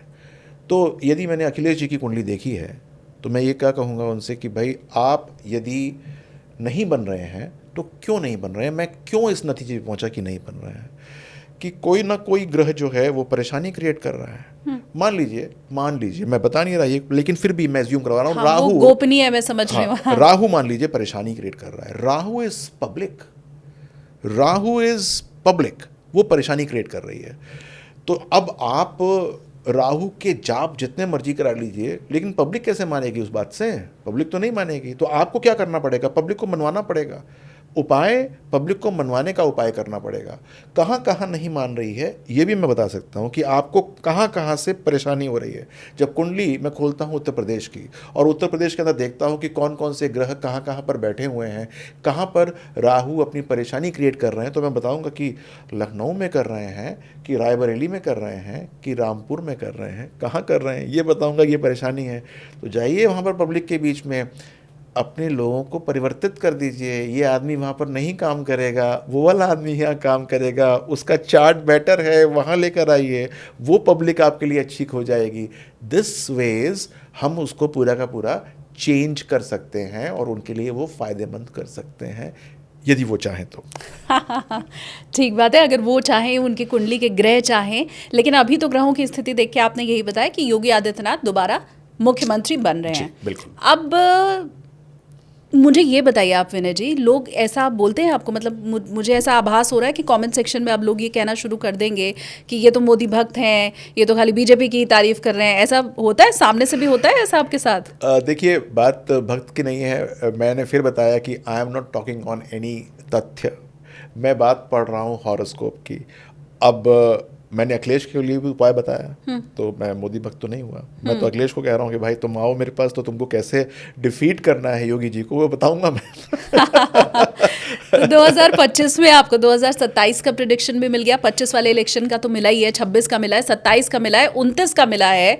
तो मुझे लगता है इतना तो भविष्य बहुत होता है जानने के लिए। अब लोग शायद अपना पर्सनल भविष्य भी आपसे समझना चाहेंगे, और मुझे लगता है एक अगर गुणी आदमी सामने बैठा हो तो उसकी जितनी हो सके विद्या हम ले पाएं, इसी में फिर मेरे पॉडकास्ट का भी भला है। तो अब अगर मैं आगे बढ़ूं, आजकल हम बहुत देख रहे हैं विनय जी कि रिलेशनशिप ब्रेक हो रहे हैं, लोग लव मैरिज कर रहे हैं और लव मैरिज नहीं सस्टेन कर पा रही है। पूरा घर परिवार सबसे लड़ करके लड़का लड़की ने शादी की, और वो भी 6 महीना साल भर ही चली, उसके बाद नहीं चल पाई। तो क्या ये जो रिलेशनशिप का टूटना है, इसके लिए कुंडली के ग्रह जिम्मेदार होते हैं या साल भी जिम्मेदार होता है कि भाई 25 में ज़्यादा टूटेंगी शादियाँ, 26 में ज़्यादा टूटेंगी? ये कैसे होता है? साल से तो हम इसको कोरिलेट नहीं कर सकते। हम हाँ कोरिलेट ये कर सकते हैं कि दशाएं ठीक चल रही हैं कि नहीं चल रही हैं। अब दशाओं से मेरा क्या अभिप्राय है मैं बताता हूँ आपको। कि मान लीजिए कि एक बात हम करते हैं रिलेशनशिप की, और रिलेशनशिप के अंदर हुआ ये कि दोनों को आपस में प्रेम हुआ और विवाह हो गया। यानी कि आपस में जो भी चीज़ थी या वीनस था वो एक्टिवेट हो गया या सुपर एक्टिवेट हो गया राहु के माध्यम से, और वो शादी के अंदर कन्वर्ट हो गया। अब उसके बाद असली बुद्धि जागी या असली बात जागी। जुपिटर ने कहा कि अरे क्या कर लिया, या बुध ने कहा कि तुम्हारे तो बुद्धू थे पहले और अब क्या बात तुमने कर ली, ये तो वो व्यक्ति ही नहीं है जिससे शादी होनी चाहिए थी। अब वो जागृत हो गए। वो जागृत कैसे होते हैं? वो दशाओं पे होते हैं कि कौन सी दशा चल रही है। आपको कभी कभी लगता है ना कि अरे ये बात थी क्या। ऐसा नहीं है कि आपको ये बात पहले पता थी, आपको तुरंत पता लगी यार वो तो मेरे साथ छल कर रहा था, हाँ। या उसने मुझे बैकस्टेप किया है। उस समय नहीं पता था आपको। जैसे ही आपको एक जागृति आई दशाओं के कारण या ट्रांजिट के कारण, तो वो जो है वो नेगेटिविटी जागृत हो गई। तो बहुत बार जैसे मेरे पास कोई कपल आता है, वो कहता है कि हम मैरिज करना चाहते हैं, अच्छी डेट क्या होगी? तो मैं कहता हूँ 2 साल ठहर जाओ या 1 साल ठहर जाओ। वो इसलिए कि अभी आपकी दशा ठीक नहीं चल रही है। शादी तो कर लोगे, लेकिन उसके बाद ये नेगेटिविटी जो आपके भीतर की है वो जाग जाएगी, और उसके बाद आप अलग हो सकते हो। अब इसके लिए 2 फायदे होते हैं। एक तो वो रोक देते हैं अपने विवाह को, अगर वो मेरी बात मानते हैं तो, और वो नेगेटिविटी जागृत हो जाती है और बिना शादी किए हुए सेपरेशन हो जाता है 6 महीने के बाद। हाँ। तो खत्म हो गई बात। जो चीज़ शादी के बाद होती वो शादी से पहले हो गई। और दूसरी बात ये है कि उसके बाद भी वो लड़ झगड़ के किसी प्रकार से रहते हैं रिलेशनशिप में, तो वो कितनी विषमताएं आने वाली हैं वो समझ जाते हैं कि भाई इसकी मुझे माँ से भी झेलना पड़ेगा, इसके बाप से भी झेलना पड़ेगा, इसकी मौसी से भी झेलना पड़ेगा, इसकी बुआ को भी झेलना पड़ेगा, तब जाकर चलेगी रिलेशनशिप। तो वो 1-1.25 साल के अंदर ज़्यादा बुद्धिमान हो जाते हैं और फिर दशाएं कॉन्ड्यूसिव हो जाती हैं। जब मैंने बताया कि जब दशाएं कॉन्ड्यूसिव हो जाएंगी, जब शादी करते हैं और उसको पहले से पता होता है कि कहाँ कहाँ पर परेशानी आने वाली है, वो पहले से देख चुके होते हैं ड्रामा सारा का सारा, तो शादियाँ बच जाती हैं। तो कुछ शादियाँ इम्पॉसिबल होती हैं, होनी ही नहीं चाहिए, क्योंकि वो जितना मर्जी, क्योंकि मैंने देखा कि 10-10, 12-12 साल की रिलेशनशिप शादी नहीं चली 3 महीने भी। और बहुत बार ये होता है कि जानते नहीं थे, एक दिन भी शादी हो गई और उसके बाद वो 20-20, 25-25, 30 साल से वो they are married, happily married for that matter. तो अगर हॉरोस्कोप के अंदर जो ग्रह हैं वो अच्छे हैं, पॉजिटिव हैं, मजबूत हैं शादी के, तो रिलेशनशिप चलना आरंभ हो जाती है। लेकिन ध्यान देना, रिलेशनशिप पंचम भाव होता है, यानी कि लव इज़ 5th हाउस और शादी 7th हाउस है। जैसे ही लव शादी के अंदर कन्वर्ट होता है तो 5th हाउस ख़त्म, यानी कि प्रेम जो था वो ख़त्म। अब 7वां भाव शुरू हो गया, यानी कि रिलेशनशिप, रिस्पॉन्सिबिलिटीज़ ये शुरू हो गई। ये डिफरेंट तरीका होता है। तो बहुत लोग क्या होता है कि जब तक रहते हैं रिलेशनशिप में, प्रेम में, तब तो बहुत रोज़ी रहता है मामला, लेकिन जैसे ही शादी के अंदर उन्हीं के साथ कन्वर्ट होता है और वैसे ही तुरंत ही जो है पाकिस्तान इंडिया की वॉर शुरू हो जाती है। कभी कोई सर्जिकल स्ट्राइक हो रही होती है, कभी कुछ हो रहा होता है, कभी कुछ हो रहा होता है। तो इसको एग्जामिन करना बहुत ज़रूरी होता है। क्या इसमें कुंडली मिलान से कुछ हद तक सफलता पाई जा सकती है? क्योंकि मैंने कई बार देखा है, ये हालांकि विरोधाभासी भी है, मैं ऑनेस्टली आपको बताऊं, कई बार मैंने देखा है कुंडली मिलाकर अरेंज मैरिज हुई लेकिन वो भी सफल नहीं हुई, रोज़ लड़ाई झगड़े हो रहे हैं। और कई बार देखा है बिना कुंडली मिलाए शादी की गई, सपोज लव मैरिज वो है और वो बहुत अच्छे से चल रही है, सक्सेसफुल है। तो कुंडली मिलान का क्या रोल रहता है? तो मैं आपसे क्वेश्चन पूछता हूँ कि व्हाट इज़ कुंडली मिलान? क्या होता है कुंडली मिलान? आप क्या समझती हैं कुंडली मिलान को? अलग अलग राशियों और नक्षत्रों पे पैदा हुए जो लोग हैं उनके गुण मिलाए जाते हैं कि एक राक्षसी प्रवृत्ति का और दूसरा मानवीय प्रवृत्ति का तो नहीं है। हाँ। एक का गण वानर और दूसरे का मनुष्य तो नहीं है, ऐसे ही शायद मिलान किया जाता है। और मैंने बहुत पहले विनय जी ऐसा सुना है कि जो नाड़ी दोष है वो आज के टाइम में जो हम लोग ब्लड ग्रुप मैच करते हैं तो शायद वो उस तरह से होता है और उससे। बहुत अच्छा कहा आपने, और यही लोग सब मानते हैं जो आप कहती हैं। और ये 20% ऑफ द मैच है, सिर्फ 20% ऑफ द मैच। इसको हम बोलते हैं अष्टकूट मैच, जिसके अंदर हम 8 तरह के कूट मिलाते हैं, जिसके अंदर नाड़ी भी होता है, बकूट भी होता है और बहुत सारे होते हैं। सबसे ज़्यादा अंक जो होते हैं बकूट के 7 और नाड़ी के 8 होते हैं, तो इसलिए 36 में से ये 15 गुण तो यहीं के हो जाते हैं। और लोग जो हैं, मैंने देखा कि कंप्यूटर्स के ऊपर नाम डाला, डेट ऑफ बर्थ डाला और देखा कि 22 गुण मिल गए। हाँ। शादी कर लेते हैं। हाँ। या शादी के लिए बात कर लेते हैं और मान लिए कि 12 गुण मिले या 8 गुण मिले तो नहीं शादी नहीं हुई, क्योंकि वहाँ पर मना कर दिया उसने, शादी नहीं हो सकती।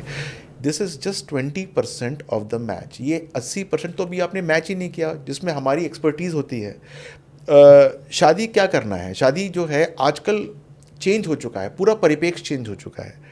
आजकल मैं पॉडकास्ट आपके साथ कर रहा हूँ, मान लीजिए पॉडकास्ट का चलन आज से 100 साल पहले शुरू किया होता, यहाँ पर कोई सज्जन बैठे होते, उनके साथ पॉडकास्ट कर रहा होता, तब नारियों को काम करने की स्वायत्ता नहीं थी, नारियाँ काम नहीं करती थी, वो फाइनेंशियली इंडिपेंडेंट नहीं थी। तब हम किसी और तरीके से कुंडली मिलाते थे कि ये घर के अंदर सेटल तो हो जाएगी, ये बच्चे पैदा कर सकती है कि नहीं कर सकती है, ये जो है खाना बना पाएगी कि नहीं बना पाएगी, अगर हमारे घर में कुछ बच्चे हो गए तो उनको ये डांस सिखा सकती है कि नहीं सिखा सकती है, राइट, इसको सिलना कढ़ाई करनी आती है कि नहीं आती है। ये जो है गुण मिलान होते थे, जो जिसकी आप बात कर रही हैं, ये वो था। आज की डेट में अगर बच्चे नहीं हो रहे हैं तो IVF है, और कपल्स के बीच में क्लैरिटी है कि बच्चे नहीं भी होंगे तो गोद ले लेंगे, ये भी क्लैरिटी है। इंपॉर्टेंट क्या है? आपसी रिस्पेक्ट होनी चाहिए। इंपॉर्टेंट क्या है कि जो लव है वो ड्रेन आउट नहीं होना चाहिए, वो शादी के 10 साल के बाद भी रहना चाहिए, कुछ 50-60% तो रहना चाहिए। और इंपॉर्टेंट क्या है कि झगड़े हो रहे हों तो जब रात को सोएं तो वो झगड़े समाप्त करके सो जाएं, they should sleep with the झगड़ास। ये इंपॉर्टेंट है। फिर उसके बाद सबसे बड़ी बात क्या है कि longevity of marriage and before that कि जिनकी शादी हुई है वो सफिशेंट जिंदा रहेंगे ना, सफिशेंट रहेंगे कि नहीं सही रहेंगे। बात, हाँ। ऐसा ना हो कि एक जो है वो अल्प आयु का हो और एक मध्यम या दीर्घ आयु का हो, तब भी गड़बड़ हो गई। तो मैचिंग की परिभाषा बदली हुई है और हम अभी मैच वही कर रहे हैं कि कढ़ाई करनी आती है कि नहीं आती है, बर्तन धोने आते हैं, कौन कर रहा है आज की डेट में ये काम। ठीक बात, हमने हाँ। मैच तो वो किया था, हाँ। आज की डेट में मैच तो डिफरेंट है, एक नई नई आयाम है। आपके घर में लड़की आएगी और वो कमाएगी, मैच ये करना है कि वो तनख्वाह नहीं देगी तो तुम खुश रहोगे कि नहीं रहोगे। या तुम्हारे पेरेंट्स ये तो नहीं कहेंगे यार वो कमाती है लेकिन जाती है सुबह से शाम तक, हमको खाना बनाना पड़ता है और तनख्वाह तो देती नहीं है वो कुछ भी, उसके तो अपने खर्चे इतने हैं। या फिर रात को मान लो वो देर रात आ रही है 1 बजे, तो हमको ये गवारा है कि नहीं, ये मैच चाहिए ना। अब मैच डिफरेंट है, तो कुंडली के अंदर देखने का परिप्रेक्ष्य एंगल चेंज है। तो जो वो पंडित जी बैठते, मैं देखता हूँ कि बहुत बार जब मैं पीएचडी कर रहा था इसके अंदर, तो मुझे हॉरोस्कोप नहीं मिलते थे, 50,000 हॉरोस्कोप चाहिए थे मुझे, तभी तो मैं बनता ज्योतिषी। कहाँ से मिलेंगे मुझे 50,000 डिवोर्सी लोग या जिनके डिवोर्स हो रहे हो। मैं जाता था कोर्ट में जहाँ पर डिवोर्स के लोग मिलते थे मुझे, जो कि बैठे होते थे अपनी अगली तारीख डॉक्टर उनके पास जाने के लिए, जज साहब के पास जाने के लिए। मैं पूछता था कि आपकी कुंडली मिली थी जब शादी हुए थे, तो उसमें से मुझे 40-50% मुझसे बात कर लेते थे कि सर हमारी तो कुंडली मिली थी और उसके बाद भी हमारा डिवोर्स हो रहा है, और पंडित जी ने बोला था कि हाँ कुंडली मिल गई हमारी। तो मैं ये पूछता हूँ कि जब कुंडली वो मिल गई थी तो अब डिवोर्स क्यों हो रहा है।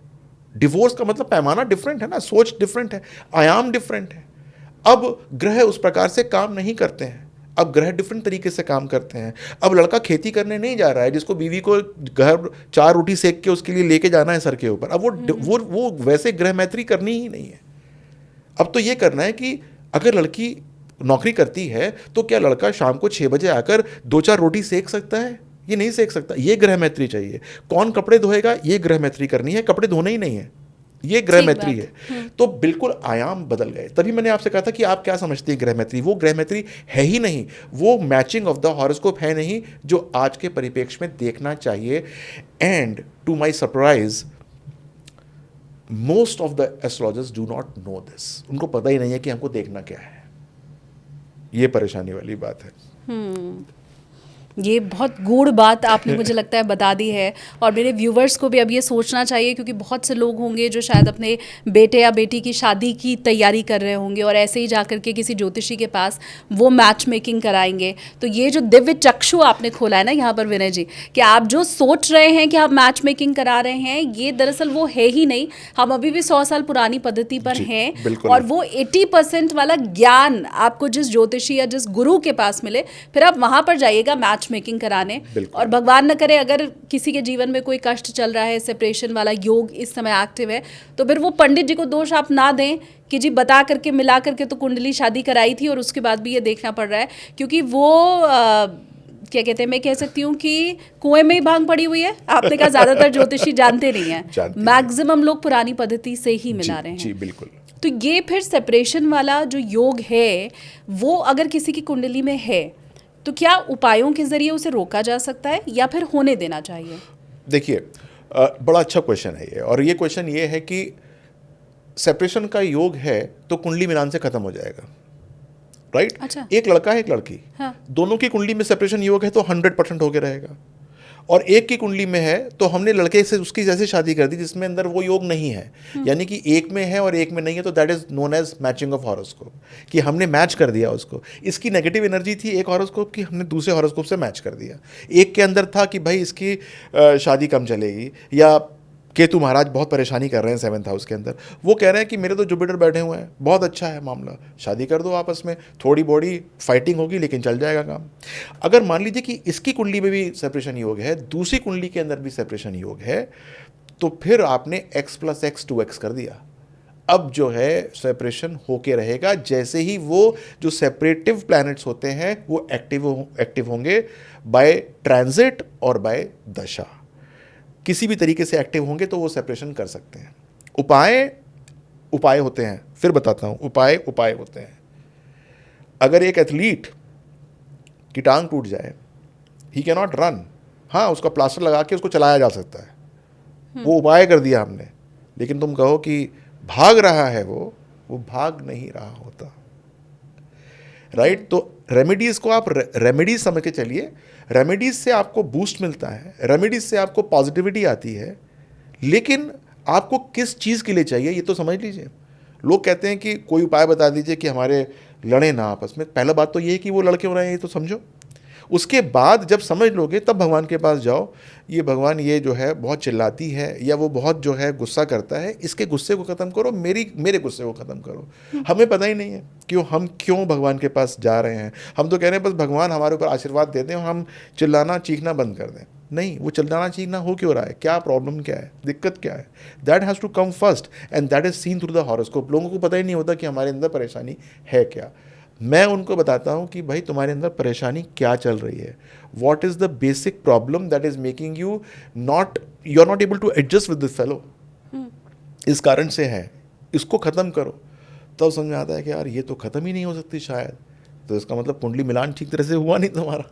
हाँ, लेकिन ये उपाय क्या होते हैं, मतलब मैं ये समझना चाह रही हूँ, और ये इसलिए भी क्योंकि ज़्यादातर ज्योतिषियों को हमने देखा है कि वो या तो आपको रत्न पहना देते हैं उपाय के नाम पे, वो या तो किसी मंत्र जाप के लिए आपको कह देते हैं, या बोल देते हैं कि मंदिर में जाके इतने दिन तक जल चढ़ाना या रुद्राभिषेक करा लो, किसी तरह की पूजा पाठ हो आपको बताते हैं।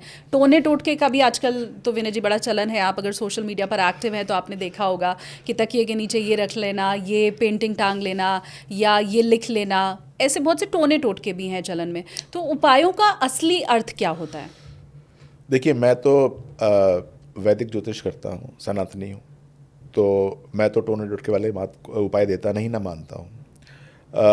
कुंडली के अंदर ग्रहों के हिसाब से उपाय बताए जाते हैं, और ध्यान दीजिए कि कुंडली के अंदर 3 तरीके के ग्रह होते हैं। एक होते हैं आपके मित्र, एक होते हैं आपके शत्रु, एक होते हैं सम यानी कि न्यूट्रल। तो आपको तो पता ही है, ये तो नॉर्मल नियम है कि मित्र बलिष्ठ होना चाहिए, शत्रु कमज़ोर होना चाहिए, और सम जो है उसको कुछ करो करो ना करो एक ही बात है, क्योंकि वो तो न्यूट्रल है, वो उसको छोड़ दो। तो जब हम कुंडली पढ़ते हैं तो देखने की कोशिश करते हैं कि मित्र कमज़ोर तो नहीं है। अगर कमज़ोर हैं तो उनके रत्न पहना सकते हैं,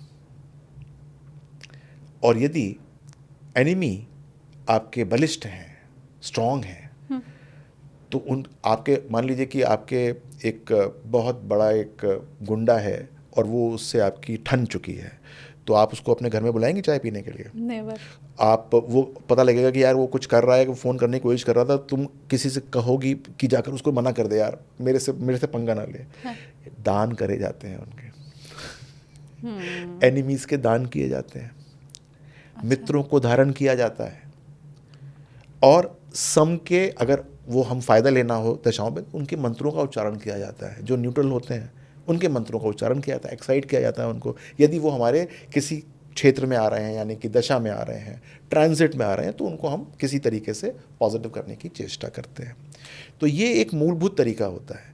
तो यहाँ चले जाओ, वहाँ चले जाओ। मैंने देखा कि लोग जो हैं भाई वो गए थे, शिव जी की पूजा की उन्होंने, और वो उसकी लड़की की शादी हो गई तो तू भी कर ले भाई गौरी। ऐसे नहीं होता है। कुंडली में कौन सा ग्रह हमको बलिष्ठ करना है, कौन सा निर्बल करना है, कौन रोके रखा हुआ है। और आजकल तो राहु केतु के भी बहुत उपाय किए जाते हैं, जिसकी आप तंत्र मंत्र की बात कर रही थी।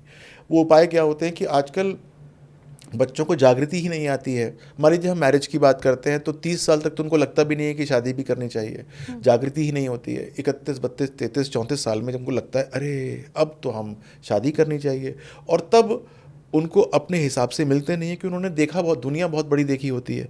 हमको लगता है कि ऐसा चाहिए या इस प्रकार की चाहिए, तो वो एक मिसमैच हो जाता है। तो नेगेटिव ग्रहों को बलिष्ठ किया होता है।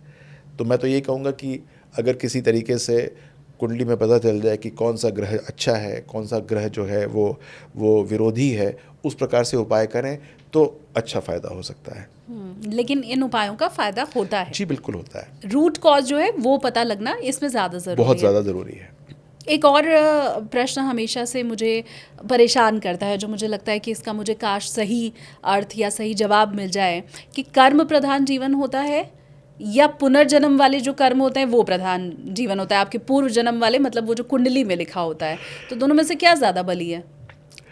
बहुत अच्छा प्रश्न है आपका।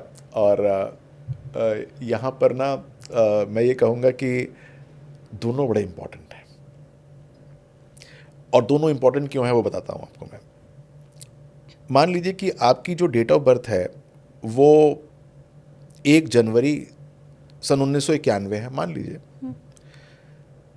अब 1 जनवरी सन 1991 को आप कहीं पर पैदा हुई, और जैसे ही आपकी कुंडली बनी तो उसके अंदर कुछ ग्रह पॉजिटिव थे, कुछ नेगेटिव थे। आपने तो एक क्षण भी अभी पृथ्वी के ऊपर जिया नहीं, अभी आप रोई भी नहीं, लेकिन आपकी जो है वो कुंडली बन गई।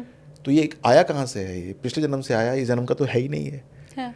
जो भी आपको ब्लेसिंग्स मिली, आपके जो सेट ऑफ इक्वेशंस मिली, आपके मदर फादर, आपके रिश्तेदार, आपके डॉक्टर्स जिन्होंने आपको डिलीवर किया, आपके घर पहुंची गाड़ी में या स्कूटर में या तांगे में या रिक्शा में, या माँ जो है वो पैदल पैदल ही लेके चली गई, ये सारी की सारी आपको ब्लेसिंग्स जो हैं फ्रॉम योर प्रीवियस बर्थ ही तो मिल रही हैं सारी की सारी। आपको कोई बहुत अच्छा परिवेश मिल गया, that is the blessings that you are getting from the previous birth. तो इसका मतलब क्या हुआ कि पिछले जन्म के बड़े इम्पॉर्टेंट चीज़ें हैं जो कि आपके जीवन में कैरी करती हैं।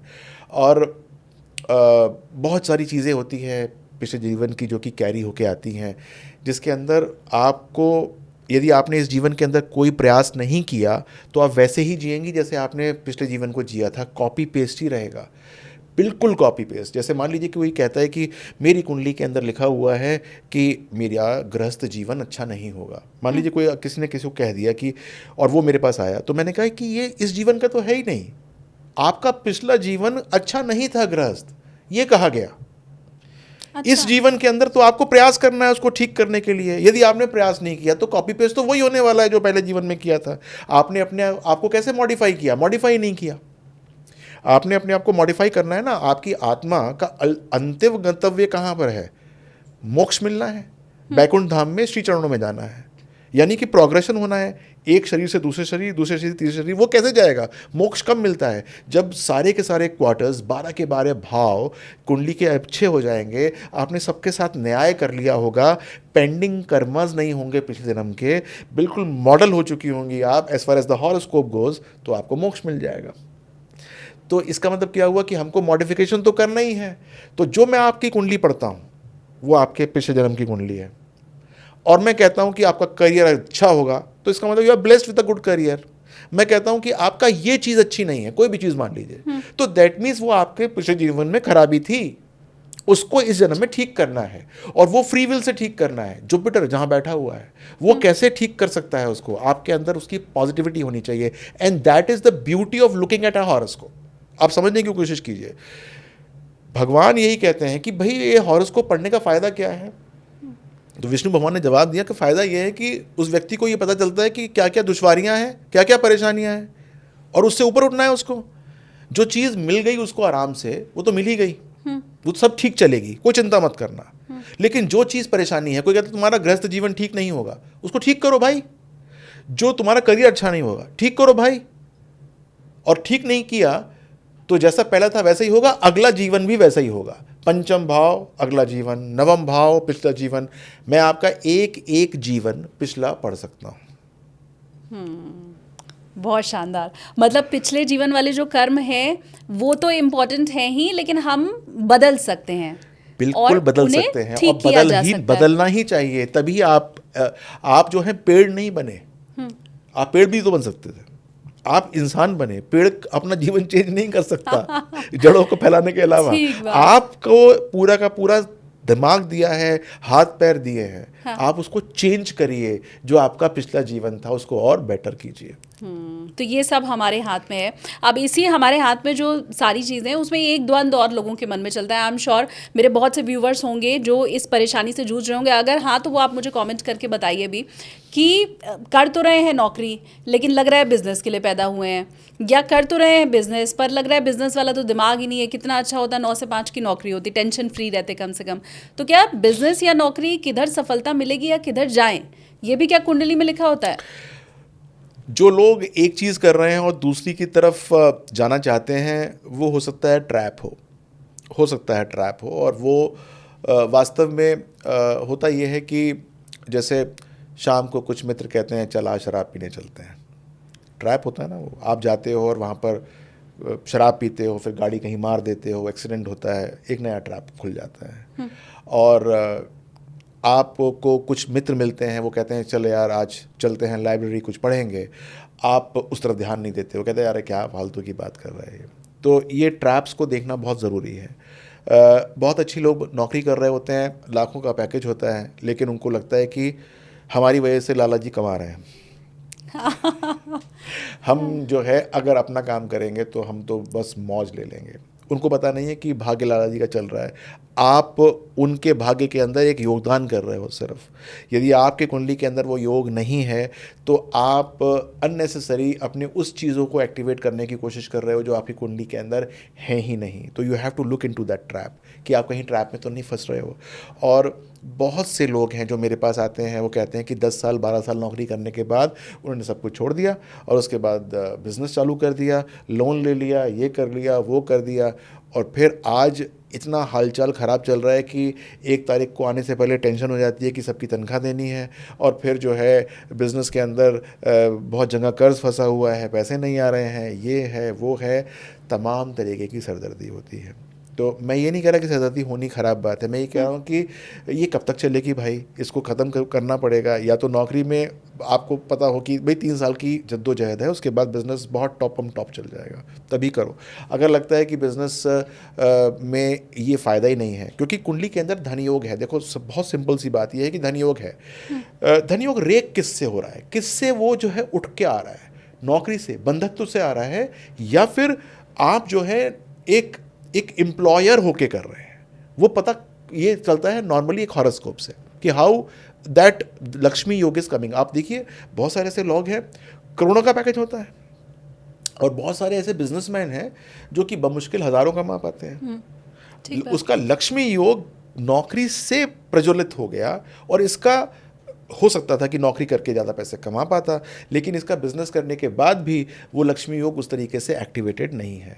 तो first of all, whenever you are taking this sort of plunge, you should get your horoscope verified for this yoga, whether it is an employee yoga or an employer yoga, whether you have a Lakshmi yoga or Dhan yoga or not in your horoscope, this has to be examined। और फिर आपको ये देखना है कि लक्ष्मी योगा किससे activate हो रहा है, सरदर्द करके हो रहा है या बिना सरदर्द करके हो रहा है। अच्छा। तो वो काम कर लेना चाहिए। हाँ, तो वो बच्चे जो अभी पढ़ाई कर रहे हैं, आप उनके माता पिता को ये सजेस्ट करेंगे कि पहले उनकी कुंडली दिखानी चाहिए कि किस स्ट्रीम में जाएं और तब उन्हें आगे बढ़ना चाहिए? अरे बड़ा इम्पॉर्टेंट है। आजकल क्या होता है कि माँ बाप जो हैं वो भी बेचारे जो वो उन्होंने जीवन में किया नहीं होता, वो बच्चों से एक्सपेक्ट करते हैं कि वो कर लेंगे। मैं आईएएस नहीं बना, ये बनेगा, मैंने ये नहीं किया, ये काम करेगा। उसके ऊपर 4वीं 5वीं क्लास से ही वो आईएएस बना घूम रहा होता है घर के अंदर, या फिर वो बहुत बड़ा कोई अधिकारी बना घूम रहा होता है। और ये माँ बाप कल्प्रिट है इसमें कि वो जो है बच्चों के ऊपर अननेसेसरी एक्सपेक्टेशंस करके रखते हैं, और 11वीं क्लास के अंदर ऐसे सब्जेक्ट्स चुनवा देते हैं कि अब तो ये आईआईटी ही करेगा, चाहे उसका जो धन योग है, अब फिर बता रहा हूँ, धन योग है, वो अकाउंट्स के अंदर फलित हो रहा था, या बीए इकोनॉमिक्स करके फलित हो रहा था, या फिर वो एलएलबी करके फलित हो रहा था। उनको ये पता ही नहीं चलता, वो उसको वास्तव में जो है वो इस कोचिंग इंस्टीट्यूट से वहाँ भेज दिया। 2 साल जो है उसने इंजीनियरिंग करी, मतलब उसकी तैयारी करी, वो नहीं हुआ, फिर 1 साल उसको एक्स्ट्रा दिया, और फिर क्या है, घर के अंदर एक डिप्रेसिव माहौल शुरू हो जाता है। वो बच्चा जो है वो अपनी आंखें चुराता है, माँ बाप जो हैं उसको देखकर उनके मन में एक घृणा सी उठती है कि इसके ऊपर इतना पैसा खर्च कर दिया और ये बिल्कुल निखट्टू निकला, इतना तो ख़राब कोई नहीं था, शर्मा जी का बेटा इतना अच्छा कर गया, फलाने का इतना अच्छा कर गया, ढिमकाने का इतना अच्छा कर गया। तो सबसे पहले तो आपको ये देखना चाहिए कि आपका बच्चा है लाइक किसका, और ये हॉरोस्कोप देख के पता लगता है। और मैं यहाँ पर बताना चाहता हूँ उन सब माँ बाप को जो आपका प्रोग्राम देख रहे हैं कि भाई सबसे पहले तो ये देख लो कि जुपिटर मरकरी है कैसा हॉरोस्कोप के अंदर। जुपिटर होता है ज्ञान लेने का कारक, और मरकरी होता है ज्ञान को डिस्पेंस करने का कारक। यानी कि आपके पास बुद्धि बहुत है, आपने बहुत अच्छा पढ़ लिया, लेकिन जब एग्ज़ाम का टाइम आया तो आप लिख ही नहीं पाए, दैट इज़ मरकरी। आपने बहुत अच्छा ज्ञान ले लिया, दैट इज़ गुरु। बच्चे, आपने सुना होगा माँ बाप कहते हुए, हमारा बच्चा है तो बहुत इंटेलिजेंट लेकिन रिजल्ट नहीं आता इसका ठीक, that is disparity between the energies of Jupiter and mercury. ऐसे बहुत सारे बच्चे होते हैं, आता उनको कख नहीं है, लेकिन हाँ। जब बोलने पे आते हैं तो लगता है कितना गुणवान होगा। उनका मरकरी यानी कि बोलने की क्षमता या बताने की क्षमता बहुत अच्छी होती है, लेकिन गुरु इतना अच्छा होता नहीं है।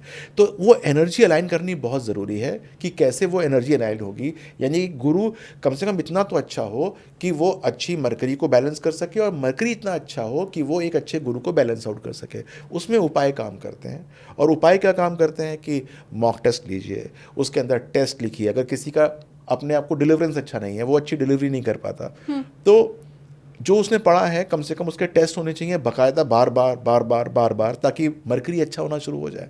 अगर उसको ये पता चल जाएगा यार मैं लिख के आता हूँ, मेरी मम्मी जब घर में अपना कॉपी जांचती है या मेरी टीचर कॉपी जांचती है तो नंबर नहीं आते, तो इसका मतलब मुझे उसके ऊपर इम्प्रोवाइज़ करना है, और फिर वो इम्प्रोवाइज़ करना शुरू करता है। ऐसा नहीं है कि काम नहीं हो सकता, काम को पता होना चाहिए कैसे करना है, तो वो हो भी सकता है। विनय जी, आप यकीन मानिए मैंने इतने ज्योतिषियों से बात की है, लेकिन जहाँ नंबर कम आ रहे हैं एग्जाम में तो वो उसके उपाय बताते हैं कि सुबह जल्दी उठो, सूर्य को जल दो, लेकिन मॉक टेस्ट करो और उसकी क्यों ज़रूरत है और उससे मरकरी कैसे ठीक होगा, ये बताने वाले ज्योतिषी मुझे लगता है बहुत कम है कि मॉक टेस्ट से भी मरकरी ठीक होता है।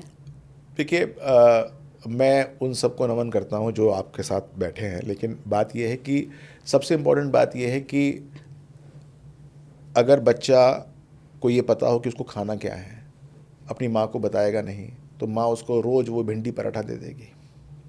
बच्चे को पता होगा वो मम्मी मुझे तो पास्ता खाना है, या मेरे को पास्ते की क्रेविंग हो रही है, हाँ। तो माँ को नहीं आता होगा तो यूट्यूब देखेगी, सीखेगी, बना देगी। पता होना चाहिए कि हमारे अंदर कमी क्या है। भगवान के पास जा रहे हो, भगवान, जब हम हनुमान जी के पास जाते हैं कहते हैं ना कि मुझे बल बुद्धि विद्या सब दो, लेकिन पता होना चाहिए कि हम विद्या तो है लेकिन हमको डिस्पेंस की पावर है कि नहीं है। तो मुझे भगवान को उपाय भी करने हैं, तो भगवान से ये कहना है कि जी मैं ना लिख नहीं पाता ठीक तरीके से, मैं बोल नहीं पाता ठीक तरीके से, जब इंटरव्यूज़ होते हैं तो मैं भूल जाता हूँ, मेरे को ना समझ तो है लेकिन मैं उनको सही तरीके से शब्दों में पिरो नहीं पाता हूँ। तो ये पता होना चाहिए कि मुझे क्या नहीं आता है, और उसके मुझे टेस्ट करने हैं, और भगवान के पास जाना है ये कहने के लिए कि मुझे शक्ति दो कि जिसकी मैं तैयारी कर रहा हूँ मैं वो अच्छी तरीके से कर पाऊँ।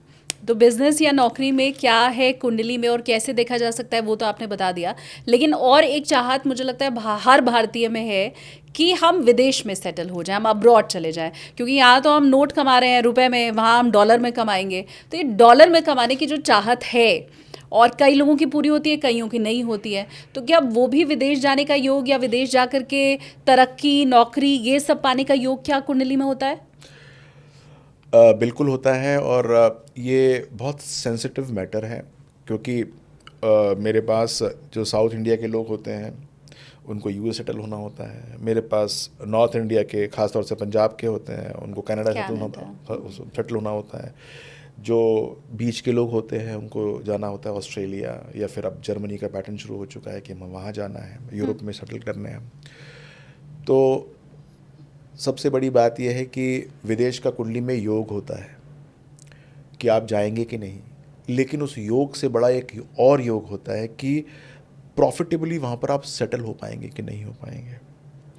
प्रॉफिटेबली का मतलब ये होता है कि घर के अंदर 9 रुपये महीने अच्छा है, बाहर 11 रुपये से, मतलब एक सिंपल सी बात यह है कि घर में रहेंगे, 4th हाउस मजबूत रहता है। 4th हाउस का मतलब आपके माँ, आपका घर, आपके संस्कार, आपके आसपास के लोग। जब आप बाहर निकलते हैं तो लिफ्ट में जाते हैं, उतरते हैं, आपको सब अपने मिलते हैं, नमस्ते हुए ना हो लेकिन फिर भी आंखों आंखों में बात होती है कि हाँ सब कुछ ठीक है, ये हो। आपको लगता है कि कल कोई दिक्कत होगी तो साथ में गुप्ता जी हैं उनसे बात हो जाएगी, इनसे ये बात हो जाएगी। ये बड़ा इम्पॉर्टेंट है। तो हम जब ये देखने की कोशिश करते हैं कि बाहर से, विदेश से धन का योग है तो वो किसकी कॉस्ट में आ रहा है। मान लीजिए कि इंडिया में बैठ के वो कमा ही नहीं सकता, या फिर इतना पैसा आएगा ही नहीं, तो और विदेश रोक अच्छा है तो जाओ, खूब जाओ, तुमको जाना चाहिए। लेकिन अगर सपोज मार्जिनली फ़र्क है, वहाँ अच्छा मिल रहा है लेकिन इस 4th हाउस के कॉस्ट पे मिल रहा है, तो हम मना करते हैं। तो ये भी देखने का एक ब्यूटी होती है हॉरोस्कोप को कि उसको सही प्रकार से गाइडेंस देना कि आपको क्या करना चाहिए और क्या नहीं करना चाहिए। यहाँ पर मैं बिल्कुल एक अच्छी तरीके से बताने की कोशिश करता हूँ कि मेरे पास लोग आते हैं ना कि सर विदेश जाना है, अगले साल जा पाऊँगा कि नहीं जा पाऊँगा, और ये उद्देश्य है, अच्छे पैसे कमाने हैं। मैं उनकी बात सुनता ही नहीं हूँ। मैं उनकी बात ये कहता हूँ कि भाई जाना क्यों है? अगर सपोज कुंडली में योग नहीं है, योग है भी और हल्का योग है। फॉर एग्जाम्पल जैसे बिजनेस और नौकरी की बात है, 100 रुपये आपको मिलते हैं नौकरी में, बिजनेस करके 110 रुपये मिलेंगे, तो आप क्या करना चाहोगे? सिंपल सी बात है कि यार नौकरी करेंगे हाँ, ना, सुबह 9 बजे जाएंगे, शाम को 6 बजे घर में तो होंगे अपने। हाँ। नहीं करेंगे, चाहे 110 रुपये मिल रहे हो। यही बात विदेश के अंदर भी है कि अगर आपको अपनी धरती पे 9 रुपये मिल रहे हैं और बाहर की धरती पे आपको 11 रुपये मिल रहे हैं, तो आप क्यों बिना मतलब में बाहर जाओ? यहाँ रहो, 4th हाउस को मजबूत करो, 4th house to 4th house, 7th house को मजबूत करो। ये सारे के सारे केंद्र मजबूत हो जाते हैं, 4th to 4th, 7th to 4th, 10th to 4th 1, सारे मजबूत हो जाते हैं आपकी जन्मभूमि पे रहने पर। बाहर जाते हैं तो केंद्र यानी कि त्रिकोण, केंद्र तो पहले हो गए, त्रिकोण मजबूत होने शुरू हो जाते हैं, अच्छी बात होती है। तो प्रचंड योग यदि बाहर है तो जाइए, वरना आपने देखा होगा कि, अब पता नहीं आपको इतना एक्सपीरियंस है कि नहीं, लेकिन मैंने देखा कि 40, 45, 50 साल के लोग जो होते हैं, जिनको बाहर रहते हुए 10 साल हो जाते हैं, उनको अपनी जन्मभूमि याद आती है। उनको लगता है कि वापस चलो, उनको लगता है कि यहाँ बहुत हो गया। लेकिन प्रॉब्लम क्या होती है, बच्चे अब विदेशी हो जाते हैं, बच्चे अब जो हैं वहाँ पर सेटल हो चुके होते हैं, उनका घर वो हो जाता है, आपका घर यहाँ है, उनका घर वो है। आप समझ ही नहीं पाते क्या करें क्या ना करें। और फिर धीरे धीरे आप ना यहाँ के बचते हैं ना वहाँ के बचते हैं। इंडिया आके आपको अच्छा लगता है, लेकिन क्योंकि आपका 10-20 साल का डिस्कनेक्ट हो चुका होता है, तो यहाँ भी रिश्तेदार आपसे विमुख हो जाते हैं, आपके यहाँ पर परिवेश भी हल्के पड़ जाते हैं। तो वो व्यक्ति जो है ना, वो त्रिशंकु सा हो जाता है, उसको समझ में नहीं आता मैं करूँ क्या, यहाँ रहूँ वहाँ रहूँ। तो बड़ा इम्पॉर्टेंट है टाइम से अपने हॉरोस्कोप को दिखाना और ये समझना कि करना क्या चाहिए, क्योंकि जीना तो मज़े के लिए है ना, इन्जॉयमेंट आना चाहिए। हाँ, और मैंने तो ज़्यादातर ऐसे लोग देखे हैं जो विदेश जाके फिर वहाँ पे भी लोन ले लेते हैं, क्योंकि आपको वहाँ पे घर चाहिए, वहाँ पर गाड़ी चाहिए, और फिर वो उस ट्रैप में भी फंसे हुए मुझे ऐसे लोग भी मिले हैं। आपको बहुत अच्छा एक्सपीरियंस है इसका मतलब, लेकिन मैं बताना चाहता हूँ कि ये एक्सपीरियंस ये है कि इंडिया के अंदर भी लोन होगा, बाहर भी लोन होगा। इंडिया में थोड़ा छोटे घर का लोन होगा, वहाँ बड़े घर का लोन होगा, लोन चलेगा लेकिन। हाँ, तो बहरहाल जो अपनी धरती है वहाँ का सुख अलग है, जो यहाँ रह रहा है, और ख़ासकर वो कि जो बाहर जाके यहाँ पर वापस लौटा है, वो सुख को ज़्यादा अच्छे से समझ पा रहा है। हमें तो जो चीज़ें फ्री फंड की मिल गई हैं, हम उन्हें उतना तवज्जो नहीं देते हैं, मुझे लगता है। अब क्योंकि विनय जी ये लैंडिंग का वक्त हो गया है, सफ़र तो बहुत अच्छा था जैसे हमने टेक ऑफ किया, और मैं हमेशा हर पॉडकास्ट में ये सोचती हूँ कि भाई क्रैश लैंडिंग ना हो। तो क्रैश लैंडिंग तो आज नहीं हुई है। उम्मीद कर रही हूँ कि आपके ये जितने आपने टिप्स दिए हैं उससे मेरे व्यूवर की भी लाइफ में अगर क्रैश लैंडिंग होने वाली होगी तो वो उससे बचेगा। अब चलते चलते, क्योंकि ये लैंडिंग का समय है, आप अपनी तरफ से कोई टिप देना चाहेंगे व्यूवर्स को कि आप, क्योंकि जब ज्योतिषी सामने होता है तो हम तो गुरु के समान ही उन्हें समझते हैं, और हम ये मानते हैं कि भाई वो जो कह रहे हैं वो पत्थर की लकीर है, उस हिसाब से अगर हम चलेंगे तो ऑटो पायलट मोड में हमारी लाइफ चली जाएगी। तो ऐसा कुछ है? बिल्कुल है। और वो ये है कि मेरा एक्सपीरियंस है कि मेरे पास लोग आते हैं और वो अपनी हॉरोस्कोप को सामने रखते हैं और कहते हैं मुझसे कि ये जो हॉरोस्कोप है, ये आप इसको किस श्रेणी में मानते हो। वो ये सुनने की ख्वाहिश में होते हैं कि मैं ये बोलूं कि बहुत अच्छा है या ठीक है। और जो लोग थोड़ा सा कम परफॉर्म कर रहे होते हैं वो भी पूछते हैं कि सर ये हॉरोस्कोप में कुछ है भी कि नहीं है, मतलब हम कुछ कर भी पाएंगे जीवन में कि नहीं कर पाएंगे। तो मैं ये सबसे कहना चाहता हूँ कि every horoscope is beautiful, every horoscope is beautiful. हर एक हॉरोस्कोप के अपने चैलेंजेस हैं जो कि हमको पता नहीं होता, कि हम देखते हैं कि वो बहुत अच्छा जी रहा है, हमें पता ही नहीं होता कि उसके घर में क्या चल रहा है। उसके घर में भी राहु है, उसके घर में भी केतु है, उसके घर में भी मंगल है, उसके घर में भी शनि है। हर एक घर के अपने चैलेंजेस हैं, आपके अपने चैलेंजेस हैं। आप ये समझ रहे हो कि आप ही परेशान हो, आपको पैसा नहीं आ रहा, आपका घर नहीं बना, आपकी नौकरी हल्की है, आपका बिजनेस नहीं चल रहा। नहीं, ऐसा नहीं है, उसका भी कुछ न कुछ दिक्कत में है। हमको तो ये देखना है कि हम कैसे ठीक हो सकते हैं। तो एक तो कंपेयर मत करो, और दूसरी बात, आपका horoscope is the most important horoscope for you and we have to make it even better. तो अगर घर से ऑफिस तक जाना है, गाड़ी चला रहे हो, तो ट्रैफिक जैम से बचना है, गड्ढे आ रहे हैं उससे बचना है। ये थोड़ा ना गड्ढा आया तो हाँ नहीं हम तो सीधे जाएंगे और तार से गाड़ी उस पर मार दी। तो यू शुड नो कि कहाँ कहाँ पर पिटफॉल्स हैं, कैसे निकलना है। एक बार हम उनसे निकल जाते हैं तो बहुत अच्छा हो जाएगा। लोन लें न लें, मकान खरीदें ना खरीदें, एक्सपैंड करें ना करें, ये होते हैं पिटफॉल्स। ये डिसीजन मिल जाए आपको जीवन में तो बहुत सुनहरा जीवन है, कोई चिंता करने की ज़रूरत ही नहीं है। मंगल ही मंगल होगा इसके बाद। और मैं ये चाहती हूँ कि आज का जो पॉडकास्ट है इसे आप अपनी प्लेलिस्ट में सेव करके ज़रूर रखें, ताकि आप इसको बिहार इलेक्शन में भी देख पाएँ, बंगाल इलेक्शन में भी देख पाएँ, 27 के यूपी इलेक्शन में भी देख पाएँ, 29 का जो प्राइम मिनिस्टर का इलेक्शन रहने वाला है वो भी आप देख पाएँ। आगे आने वाले कई सालों तक की बातें इस पॉडकास्ट में है, तो वो मिस ना हो जाए आपसे, इसलिए इसको आप सेव करके रखिए। और आप जितनी बार इसे देखेंगे आई एम श्योर आप विनय जी को याद ज़रूर करेंगे, और हम भी हर इलेक्शन की तारीख पर और आपके हर प्रिडिक्शन की तारीख पर विनय जी ज़रूर आपको याद करेंगे। Thank you so much sir. Love you talking to you. नमस्कार।